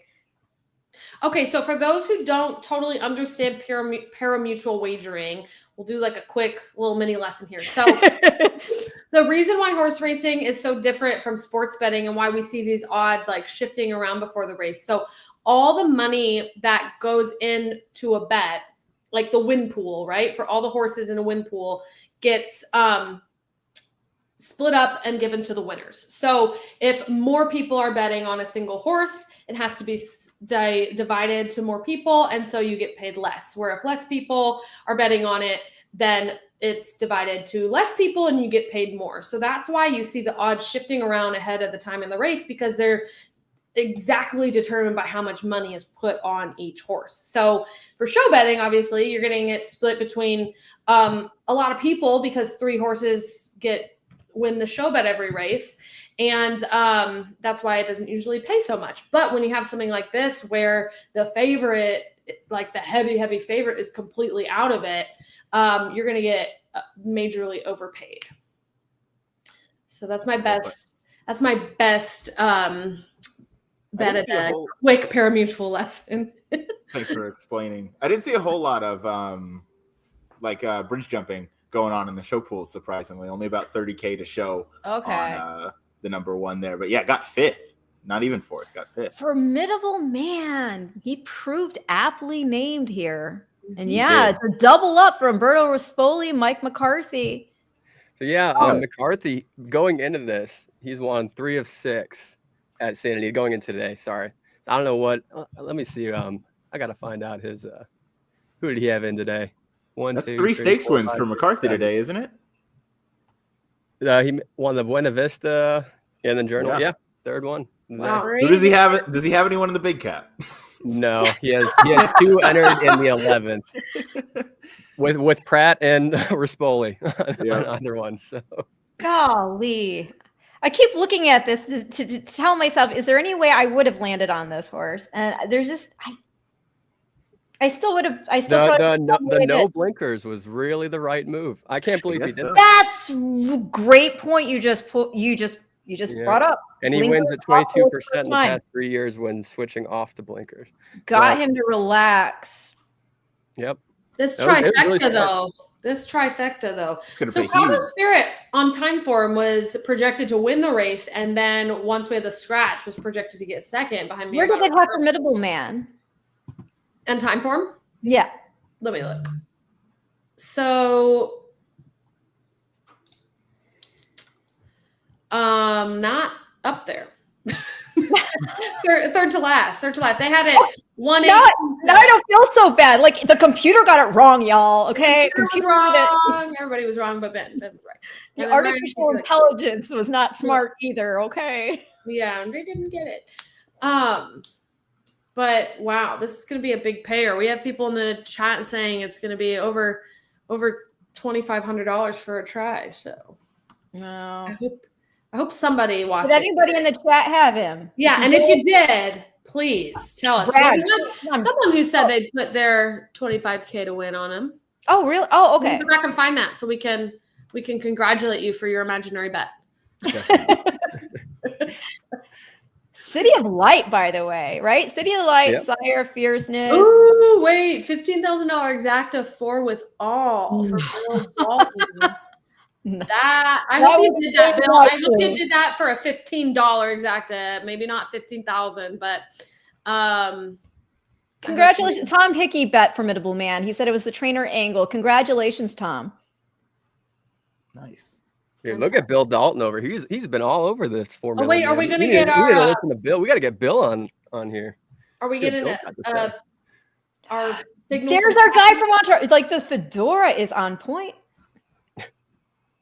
What's your go-to chapeau attire, gentlemen?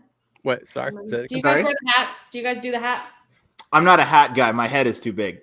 So is my hair. So yeah, I rock it with whatever I got going on.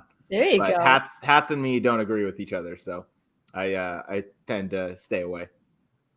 The bow tie, though, I could maybe do. I would probably do a bolo tie just for the fun of it. Oh, wow. That seems more fun than a bolo tie. I'm going to say your generation's getting a little too lax with the dressing up. Here's my generation. Ren, you are not that old. I am that Randall old. owns the dry cleaner wants offices to go back in. remote. My whole thing is this: if your race is a Grade 1 race on the West Coast, okay, fine. You can just wear a pop collar. You don't have to wear a tie. I'll let it go with a dress shirt popped. Maybe a sports coat. Same thing if your race is in Florida and it's a Grade 1. I'll let it slide. Any other Grade 1 racing that's going on, if it's in a colder weather climate and it still could be summertime, you freaking wear a tie. The boys of this generation are getting too casual. Wear a tie. I think it's fun to because it's true. How often do we get the opportunity Look to at McCarthy right here. What's he wearing? Even though he's in Cali. Boom, tie. A barber jacket. That's the And first a thing I barber noticed. jacket. Yep. It doesn't matter about the tie if you got barber on. That's right. hear what he's saying? Sure, yeah, let's hear it. Little and no difference anymore. Talk about the ride coming down the rail there. Did you have any anxious moments? A little bit anxious. Horses obviously been very good at 1 mile and an eighth, and cutting back to a mile. Sounds like the turf might be a little softer than it usually is, but all credit goes to Umberto. He was patient, sat a pocket trip, waited for a seam, and that's what top riders do. Grade 1 win in the Kilroe. Let's talk journalism just really quickly. Do you have a spot of Derby fever moving forward? Because that was a heck of a race from him as well. Yeah, he left me a little speechless. Unfortunately, last interview I did, I wasn't sure where. It felt like I was in a different planet. But glad the race today was 1 mile and a 16th and not a mile. Might have been a little bit different outcome. See Chappie's bald head back there. A horse that had a lot of momentum going for him, and Barnes, obviously a very good horse. So as you saw today, once this horse sort of leveled off and got going, it's pretty special to watch. And I think maybe hopefully 1 mile and an eighth and maybe even a little further might suit him. Michael, it's been a rough couple of months, fires, mudslides, you name it. We've had it out here in Southern California. What does this day mean to you today? Anytime you can win, it's been a great day. Family, friends, 3 big races for a wonderful group of clients and stuff. And just Big Cap Day carries a lot of history. We don't have a big cap on the docket yet, but just to be able to go ahead and be a part of the supporting cast today and win a few of these races, very special. Very, very proud of all the guys that make this happen. My team, all my riders, grooms, hot walkers, night watchmen, assistants, you name it. Well, they should be proud. I mean, this is a big day, and that's a class act trainer. What happened to Ryan? We lost Ryan. Well, maybe Ryan's in here with audio only, so it's like he's a phantom of some kind. Wait, can we still hear him? Ryan? Oh, I think you went to the bathroom, right? Oh, okay. Okay, never mind. Ryan will be back. Okay, no worries. And I should make clear, I don't mean like whenever you're at the track. I'm talking about like on big days, like Kentucky Derby. Kentucky Derby. That's the only 2 days a year I'll wear a tie. Breeders' Cup, wear a tie. Open Derby. It's fun to dress up. Yes, the Breeders' Cup, wear a tie. I don't care if it's a bow tie. I've been to the Breeders' Cup in a while. Actually, the last one I went to was the COVID one at Keeneland. And that was an incredible experience. Just that was really cool. That was of it, right? Yeah, I was working at Roseville Farm at the time, right across the street from Keeneland, and I was just mowing in the afternoon, and my boss comes up with 2 tickets. He's like, "You want to go?" I was like, "Yeah." Hopped off that mower real quick. Yeah, I mean, it was small. Wow. It was intimate. I mean, I'm sad that obviously we didn't have the crowds that we were hoping to have for that. But in terms of how it actually played out, it was definitely a memorable experience, not just for the racing itself, but obviously, again, because of the intimate nature in which it was run. No, it's just such a special track for stuff like that. And I love that they're getting it, that Churchill doesn't want it. I don't know why Churchill doesn't, but they don't. So Keeneland gets it. There we go. I love that I have back-to-back years down at Del Mar here. I know that's a pretty rare occurrence. So getting to go last year and then again, I'll be there this year in the fall. But to the bow tie point, with Del Mar, I just wear fun button-up shirts. This is kind of my least fun. So I wear one of those that kind of makes up for the bow tie. There you go. Oh, isn't something I like super dress up for, unless it's Breeders' Cup, obviously. Mm-hmm. But it is kind of more like the laid-back beachy vibe. I would wear this. Yeah, that's dressing up at Del Mar. Okay, that's fair. I like to dress up, period. Yeah. Do we have anybody in the chat who is going to be at Tampa for Tampa Bay Derby? You are. Well, I am. Yeah. Oh, you're lucky. You get to see Chance Nice. McPatrick, a future Hall of Famer. Oh, you're big. Wow. I called that a while ago. That's a strong endorsement. Okay, what happened to him in the juvenile? You know what? I'll just throw that race out. The There you pace go. wasn't there. I don't think It's that's his fine. track. Hey, you know what? We threw out Formidable Man's last race, and look what happened to him. He just won. Yeah, You there know? you go. So sometimes you can just cross a race off the board, but I think he's just ultra talented. I think the only thing he has that's not going for him is his running style. He wants to be like Seabiscuit back there, 30 lengths behind. Make it dramatic. But I will say though, he's got a really nice kind of turn of foot for a dirt horse, and I mean Chad just trained one last year that obviously Sierra Leone that had the same similar kind of running style. I think Chancer can get the distance. Obviously, question if he can get in the gate, he's going to have to kind of start with his foot on the gas coming back this late in the Tampa Derby. But I mean, if he gets in the gate, he's already, I think, more mature. I don't know if more talented would be the word, but more mature than Sierra was at this point, because he was still kind of lugging in, out everywhere on the track. And Chancer runs pretty straightforward. So I'd be interested to see how he fared in the Derby if he were to get in. Well, and the fact to win a Grade 1 race without an iron, that's when I called it after that. I was like, that was the hopeful of the champagne. Yeah. Oh, right. The start of the race, he lost. Yes, I remember that. He still won. I mean, wow. That's pretty incredible. Yeah, for sure. I will say one of the things that was interesting. So before we have the Tampa Bay Derby, our first Derby prep race at Tampa is the Sam F. Davis, which was won by John Hancock. And I went against him only because I really begrudgingly don't want to pick short price horses if I think that I can make an argument for others. Why? Right?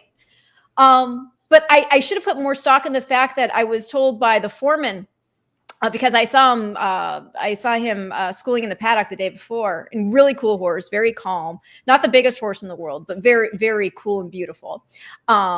Great temperament. But I was told that he was working heads up with Hit Show, who's going to be now running here in the Big Cap next. So I should put more stock in that, because John Hancock, man, second start of his career, and he goes and he digs in and wins the Sam F. Davis. So. Speaking of Hit Show. See, isn't that a nice segue I just gave you? My pick. What an amazing handicapping race. I love Hit Show. I think Hit Show is a play in here, especially at the 7-2. I don't know if that'll hold. But, won 4 out of the last 5 races, all graded stakes, grade 2s, grade 3s, heavy closer. And I think we'll get the pace setup he wants with a hot pace for him to run at in here.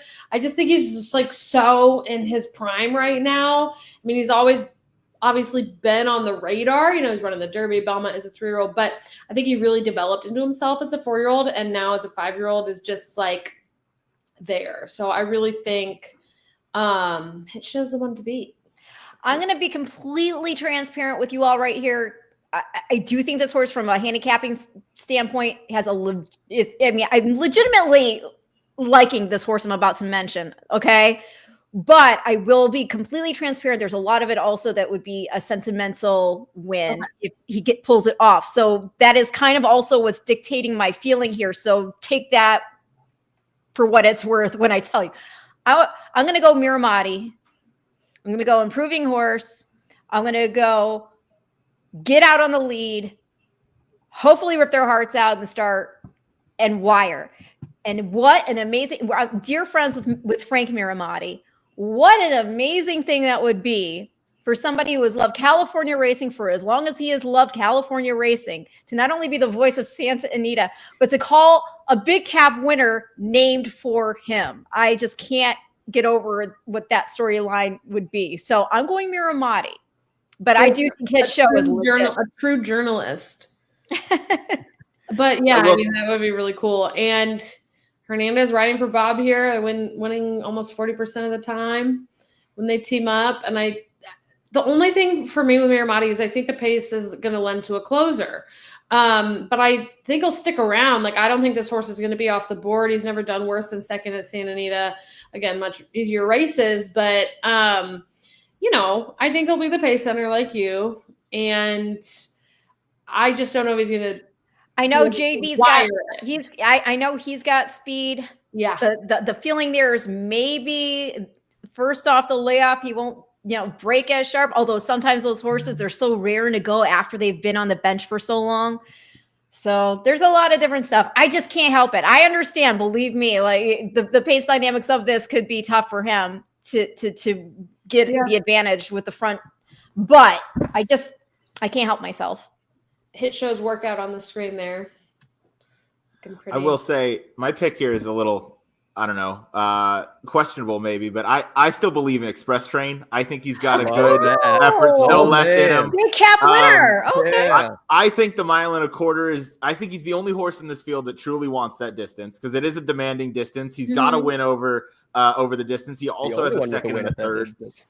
He's coming into it in the same prep that John Sheriff's gave him 2 years ago. 2 years ago, maybe 2022, 3 years ago. He's an old horse. I mean, the last time he ran in the big cap was in 2023, and he ran at the flight line. So I'll go ahead and excuse that effort. But the time before that, he was able to win, and that was his effort at 1.25 miles. I think he comes in here third off the bench. He improved in his 2 starts, given the figures are a little bit light, so he's going to need to jump up. But I believe that he's going to be finishing when none of the others are going to be truly wanting that distance the last furlong or so. So I'm going to take him. 12-1's a fair price, and I'll just kind of hope for the best with him. I feel like, so I looked at Express Train a lot today, and won this in 2022, right? Second in 2021, then took all of 2023 off, then had a lot of layoffs in 2024, still running good races, but needing all those breaks. He's an 8-year-old running against 4- and 5-year-olds. I have him being in the exotics, at 12-1, 13-1 now, but I don't know if we've seen figures good enough to win this race since 3 years ago for him. I just think the prime is past. So that's kind of my. I don't disagree with that at all. I do think he's probably a tad past his prime, but I do like to see that he kind of built on his 2 efforts this year. So I'm really just kind of going off that, and the fact that he's not a gelding. He's still an intact horse. For all that it's worth. So the fact he's still running must mean that Sheriff's, still sees a lot of kind of potential in him. And I like seeing these, older horses kind of run. So over $1.5 million in his career. So he's done more than enough on the track. So the only reason I could see him still being out there, still running, is if he's shown in the mornings that he still really wants to run and kind of do his job. So I'll believe in John Sheriff's on this one. Maybe maybe he's way past his prime and he doesn't run too well, but at 13-1, I'll take a shot on him. Blake agrees. He said if he's feeling it, he's deadly, even at 8 years old. If he runs his best race, he's there. We've got a Let's Go Midnight Mammoth in here. Okay. I will say for Locke, that was legitimate in the Pegasus World Cup. Where it says that his head was turned at the start. I thought he showed a lot of heart and gameness to come on late to try to roll. He just obviously could not make up the ground in White Barrio, who drew off to score by 6 1/4 there in the end. But he's if 1 at 2 right now. I mean, come on. Yeah, 1 to 2 is a pretty short price. He's certainly grown up and matured since last year's. Since his Breeders' Cup juvenile performance, and then winning the Cigar Mile, and overcame some decent adversity last time out. But I mean, nobody was beating White Barrio. I don't know. 1 to 2 is too short of a price. Yeah. Why are they adding blinkers? Yeah, exactly. That was. Thank you for bringing that up. Why is he not staying in Florida? Why are they adding blinkers? Total bet against, I think. I'm going for a big bomb here. The 22-1, as y'all were talking, I put 20 to win on my FanDuel account. But this is such an interesting, lightly raced 4-year-old into mischief called for Bob Baffert and Mike Smith. And this should be a coupled entry with Mir Mahdi if we were in New York and it wasn't a graded stake. But you always bet the other Baffert in a coupled entry. The other Baffert. But look at this horse. I mean, so he ran once at the end of 2023 in career debut, ran 4th by a couple lengths, takes a 13-month layoff, and comes back last January to run 3rd in the main special weight at Santa Anita, then takes another 12-month layoff to break his maiden at Los Al, going a mile in the dirt, running a 97 Equibase speed figure, ran 4th in allowance optional claiming to Mir Mahdi, who I think will be the rabbit in here, is going to go with JB Strikes Back. JB Strikes Back. It's just going to set up perfectly for New King. I mean, they bought this horse for $700,000 as a yearling. They've only run him 5 times in his career. They've held on to him for this long, I think, for a reason. Mike Smith aboard, riding for the first time. The past 30 days, not including today's races, he's winning at 38% first time riding. So he doesn't have a whole lot of mounts, so take that as you will. But Baffert wins at 42% in dirt route graded stakes races at Santa Anita with horses who won their last start, 21 wins from 50 starts, with actual plus 9% return on investment, which is wild for a Baffert to have a positive return on investment. But 8-1 morning line I was going to do, but 21 to 1. Yeah. No, I really like Newsing as well. I had him in my try for sure. We have a question here from Jose. What's the difference of blinkers on versus off? So, well, it depends. No, go ahead. Oh, well, I mean, blinkers can be used for a number of ways. Generally, it's for sharpness. A lot of times when you want to elicit more speed.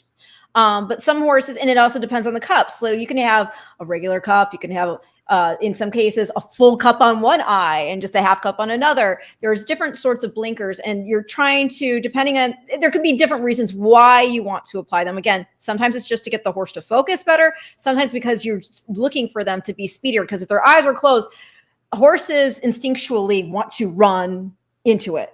Dun, dun, dun. And so it's to sharpen them, bottom line. I think it's a bad sign when a horse doesn't really do anything wrong and they take off or add blinkers. I just don't see a reason for it, and I see it as a negative. But I mean, everybody handicaps differently, and they have different ideas with that. He was farther back, right? Like if we're looking at his running lines, in more previous races, he'd only been a couple lengths off. And then in the Pegasus World Cup was farther back, like running in 8th and then 4th and then, 2nd at the end. But still, yeah, I mean, this horse has won almost $1.5 million. He's only run 7 times. So, I mean, he's run in some huge races and done well in these huge races. So for me, it's an interesting choice. I will say, very interesting choice to put the blinkers on. So for that reason, I'm going to say bet against 3 to 5. Let's do something different. Why not? What do y'all think about Katona? That was, to me, that's my biggest fear is him running off. Yeah. The 6. I mean, always hits the board. He's hit the board in 70% of the more than over the track. So loves this track. Won last out in January in the Grade 2 San Pascal handicap, closing from last to first. I just think there are stronger closers in here. So if I'm gonna go like the closing angle, I'm gonna go somewhere else. I wasn't huge on Katona, even at 13 to 1. I don't know. I agree. I will say I've always been on the wrong side of Katona. So every time I haven't bet him, he's won.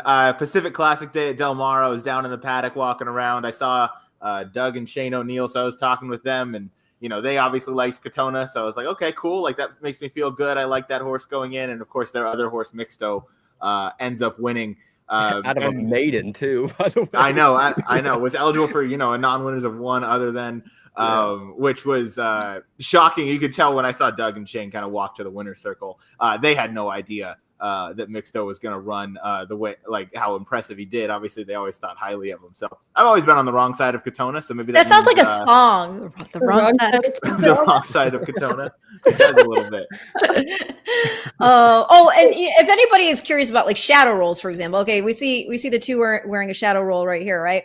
So obviously, when horses are running, you might have the poles of the rail there, or whatever, casting shadows. And sometimes horses, they see that, and to them it just looks like darkness that they might fall into or whatever. So shadow rolls help keep their eyes focused, so they don't see what they might think is a pitfall of some kind. Because you don't want famous race where the horse is about to jump the shadow. Dejor jumped his shadow. Mm-hmm. He was gonna win. And he jumped, and it was the finish line post was casting a shadow, and he tried to jump over the shadow. Yeah, so, I love horses. They're so incredible and majestic and neurotic,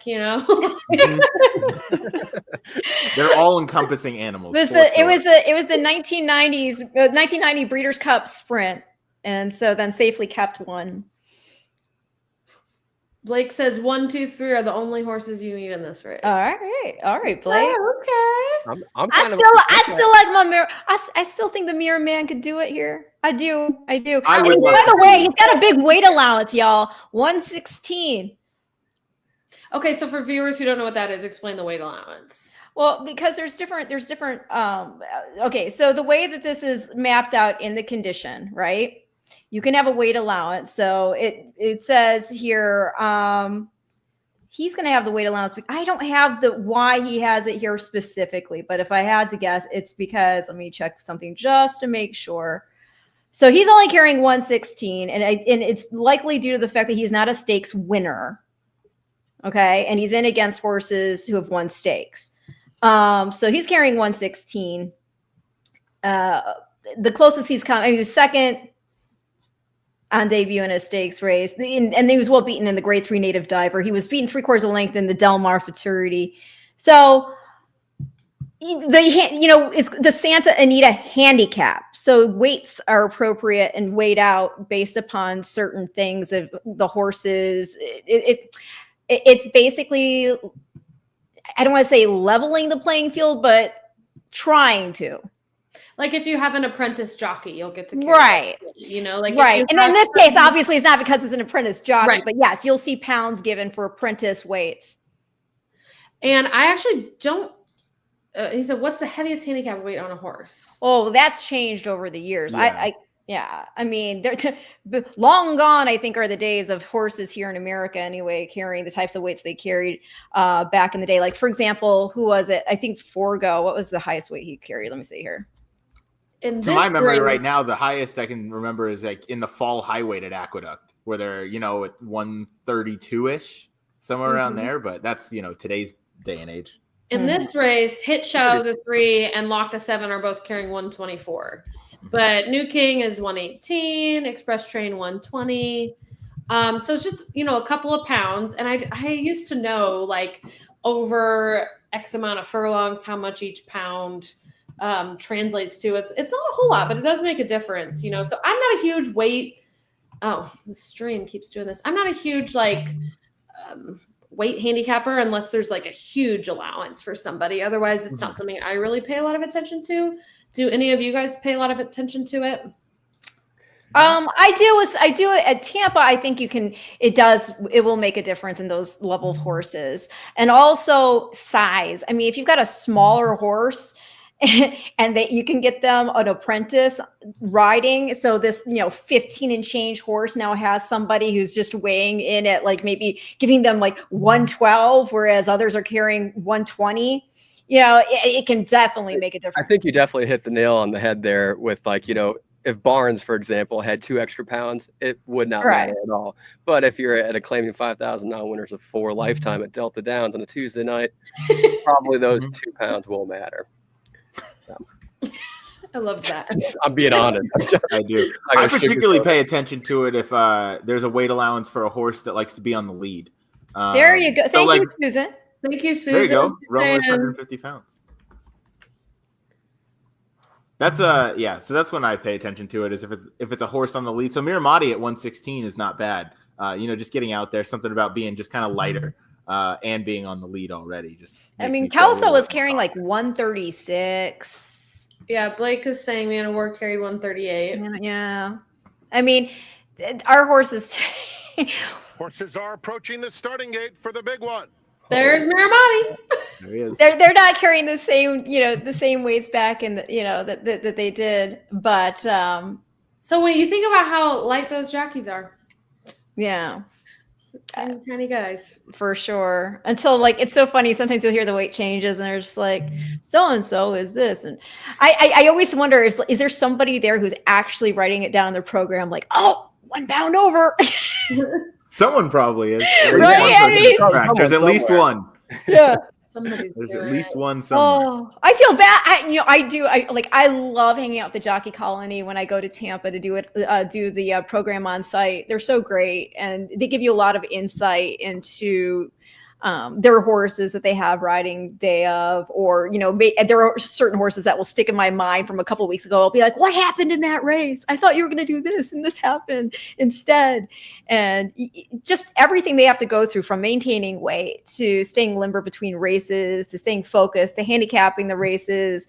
It's really, ladies and gentlemen, I wish they got more love. Post time for the Santa Anita Handicap, presented by Yamava Resort and Casino. They're approaching the gate. It's exciting times. Okay, so one last chance here. What's your bet for this race? I am one across the board. Loading in the gate for the big cap. Put $20. Maybe win place. Express To train win, trying not to show. do it again. Good. Miramati, I'm betting And you the 3 to can- win. I think 5 to 2. Two sons of Into Mischief for SF Racing, be a Starlight great race. Racing, Madaket Stables et al. What about you, Ryan? Katona in the yellow cup. Oh, sorry. I'm gonna go. Oh, sorry. Go ahead. Yeah. Oh no, but I bet. My bad. I heard Ryan instead of Ren. No, it's all good. Go ahead, Ryan. Go Ryan. I'm win place on the 1. Okay. Right. And I'll go Miramati over Hit Show overlocked. Okay. No, wait. The way this day is going for Eclipse, The I'm going to upset go here, Miramati over. Midnight Mammoth for Craig I'll DeLancey say and Armando locked over Ayuso. Hit Show, They're the last Okay. ones to load. but Miramati on top because I have to. All right. They're in the so gate. You're Alexa, who 5, do you got? 7, 3.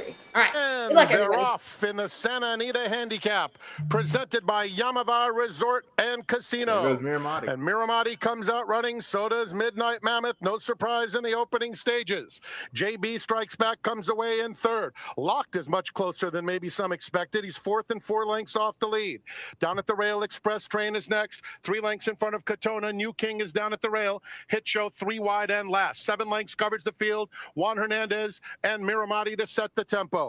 Leading by a length and a half. Midnight Mammoth is in second. JB strikes back outside of him as Express Train is willing. He's right on the heels of Miramati. In fact, trying to get inside of him as they come to the 6 furlong pole. New King is now in 5th. 5 lengths off his stablemate. Locked is 3 deep. Katona right next to Hit Show. The pace is Miramati's on a reasonable, loose and lead. it's Miramati in charge onto the backstretch. Leads it by a length He's over looking Midnight comfortable, Mammoth in too. second. Express Train has settled down third. JB strikes back fourth. New King and Locked are stride for stride coming to the half-mile pole. Katona is down at the rail, and Hit Show. There hasn't been much change. In fact, no change in the running order. Miramati takes them past the half-mile pole. Midnight Mammoth asked to put some pressure on the front runner in second, and then Express Train at the rail third. JB strikes back the first come on, to come Hector. under serious pressure as Express Train makes his move Wow. on the Look at inside. There's your Express Train, Express Ryan. Ryan. Come on, you old man. Warning in on There you go, old Miramati man. as they come to the Get Come up on, there. old man. Get up there. Train is the new leader in the big cap. Let's go with Midnight Ryan's top Mammoth, play. Miramati, 12-1. Let's Locked do is it. unwinding. Oh, man, He's Locked running is with on. a huge run on the outside as the field turns for home. Locked is let loose, and he Oh, man. moves to the front with a furlong left to go, and it's lights out. He's pouring it on. Express Wow. Train, a belated rally from Hit Show, but it's all about Locked and Jose Ortiz dominating the I big guess the cap, blinkers worked. cruising home. guess the to blinkers it. worked. I guess so. I mean, Locked. Express Train ran his Express race, Train but was wow. He second. did, Hit yeah. Show Locked finished was Wow. third. too Locked good. was Midnight impressive. Mammoth was He fourth. did. The betting public was correct. Way to I go. liked it. I liked it when he said about Locked is closer than usual today. And Yeah. that's blinkers, y'all. That's what the blinkers do. So Interesting. Good call. on Look their at, look, at, part. look at Hit Show, by the way, that gallop out. Yeah, that Yeah, was a yeah. huge gallop. I'll admit, I'm not a gallop out person. I Oh, just you don't. should be. That's one of the most important parts. of No, it. you know what? I don't. The only time I care about gallop out is if I. Number And I'll tell you why I don't 7, care about Locked gallop was out. Okay, first. actually, here's why I don't care about gallop out. So generally speaking, when people are like, "Wow, that was a really cool gallop out," it's usually because the horse is passing other horses that were in front of them going off. But to me, it's misleading because the reason they look so strong going by sometimes is because their rider hasn't gotten down or relaxed, whereas the horses have already done their job and they won or whatever. They completely gear their horse down. And the minute that you shift your weight on a horse, horses are so sensitive. Because on top of growing up on a farm, I used to ride and everything. When you move on the horse and you let down or whatever, that horse might suddenly then, start to like, okay, I'm done. We're backing up now, whatever. Meanwhile, you've got some other horses that they're still full of that momentum because the jockeys were pushing them forward. So it looks like way more impressive than it is. I'll admit, in this case, I wasn't paying attention. I'm not saying it's always meaningless, but I personally have never been a gallop out person. Look how Yeah, outside of my regal racing Locked channel, was. I don't focus too much on it. I'll admit the things I don't focus on that I know a lot of people do, and I am not. I want to be clear. I'm not saying that anything is completely it's a great wrong to focus on. I personally don't look at gallop outs really, unless in specific examples it might stand out. But I don't look at that. I don't really care about workouts. Horses in workouts, they're in these very orchestrated scenarios that are so far removed from actual afternoon, what happens in the afternoon with the race shapes and paces. I'm not saying I never pay attention. There are certain instances in which I do. But those I don't really care about. And so I don't know. There's certain things that I do have in the repertoire of what I really apply when I'm handicapping. There's certain things I don't know. That's one of the cool things about handicapping is like everybody has their own method to the madness. Yeah. Right? There's so many angles. Like I'm glad you brought that up. Yeah, everybody's got their own there's way of doing so it. many angles to the sport, and people see things different ways. And Absolutely.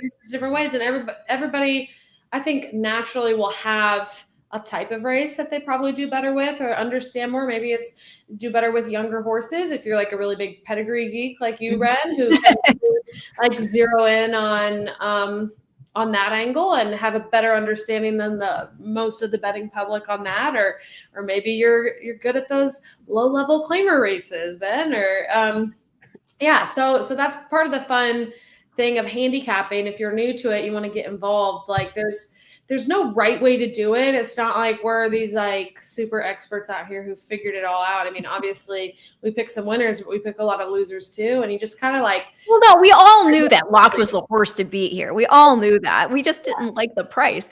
But I mean, obviously Jose was in to ride for a reason. And boy, the day that they're having at Eclipse. I mean, I think I'm almost sure they own. Let me actually double check. You guys talk amongst yourselves for a moment. I just want to double check so I don't say something wrong. Hold on.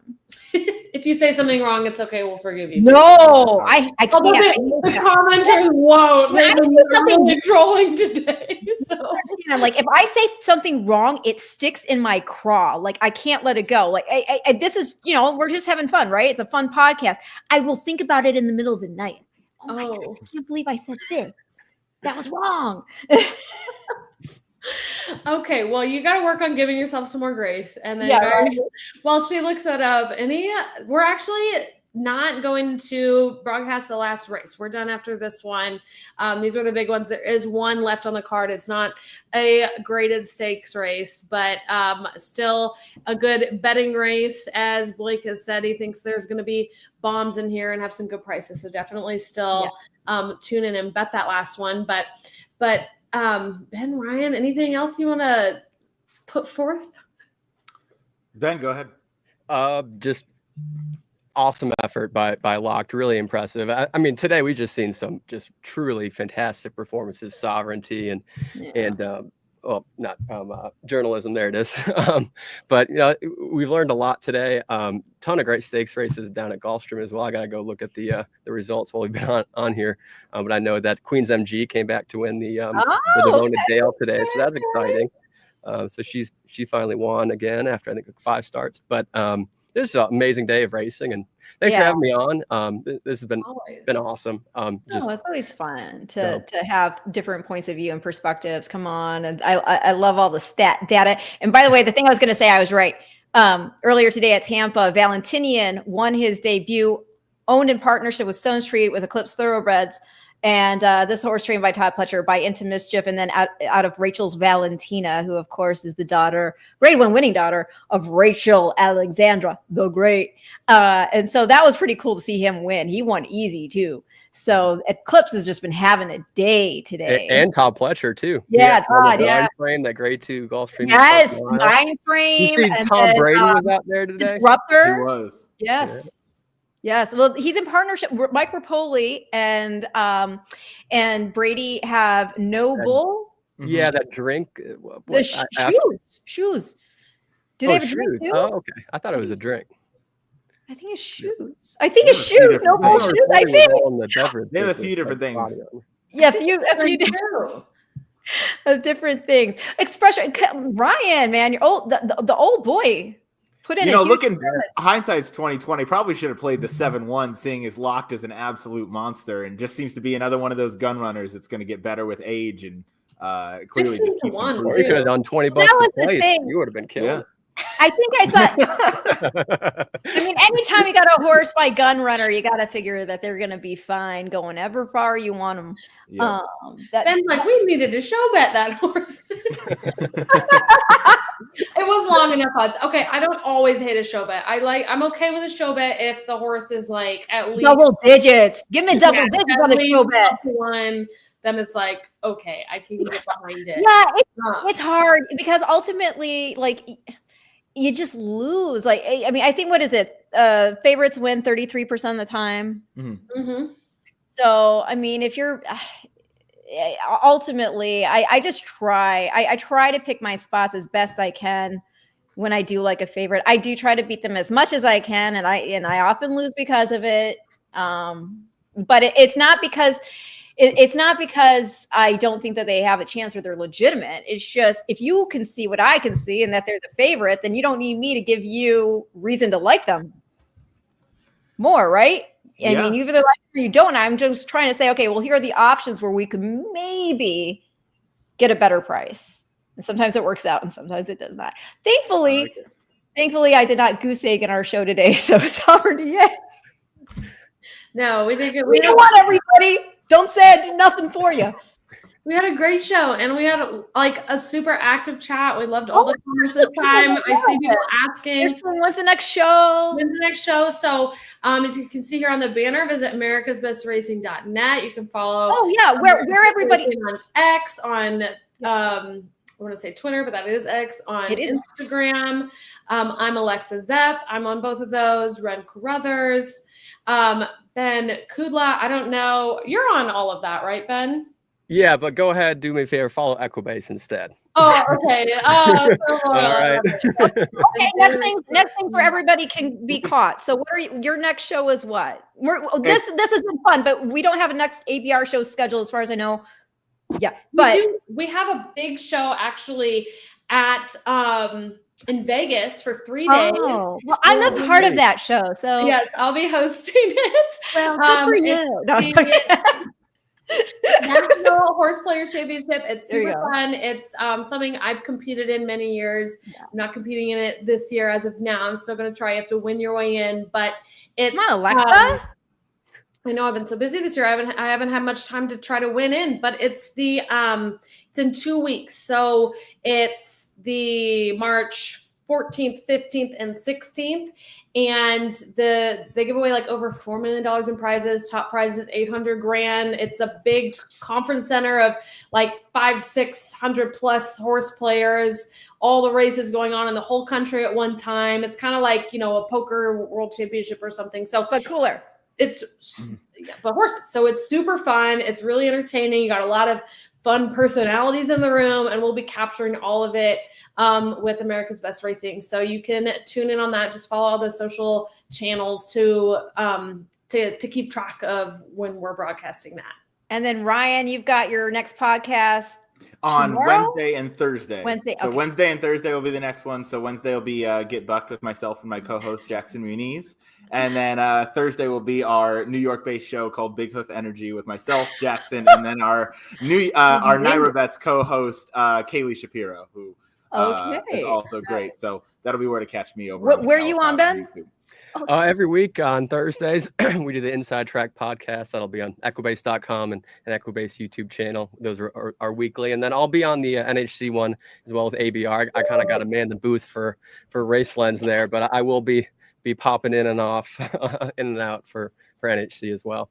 Well, I'll be popping off tomorrow on the simulcast for Tampa Bay Downs. That's where you can catch me, y'all. I am their host analyst. So you can you can watch on your ADW on your phone, or you can tune in. We have a YouTube channel that streams all of our races live. So that's where I am for now. I'll have my Breeders' Cup show later when the Challenge Series kicks off. So you can also find me every Friday on Sports Grid TV for the Daily Racing Forum with Gino. We have a show, a weekend preview. Gina McCullough and I, we host it. We have some guests these last couple weeks, but Yeah, every Friday at 2:30 Eastern. So there's so much horse racing coverage. You'll always be able to find something somewhere. Just follow us all. We've had so much fun with everybody today, and I guess we're signing off. All right, y'all. Have a great Thank night. you. Thank you for watching, Absolutely. everybody. It's America's original sport, and no one covers it better than americasbestracing.net. From the sport to the lifestyle, the best races, horses, and destination venues, cocktails, gambling, fashion, and more. americasbestracing.net is a sport for you.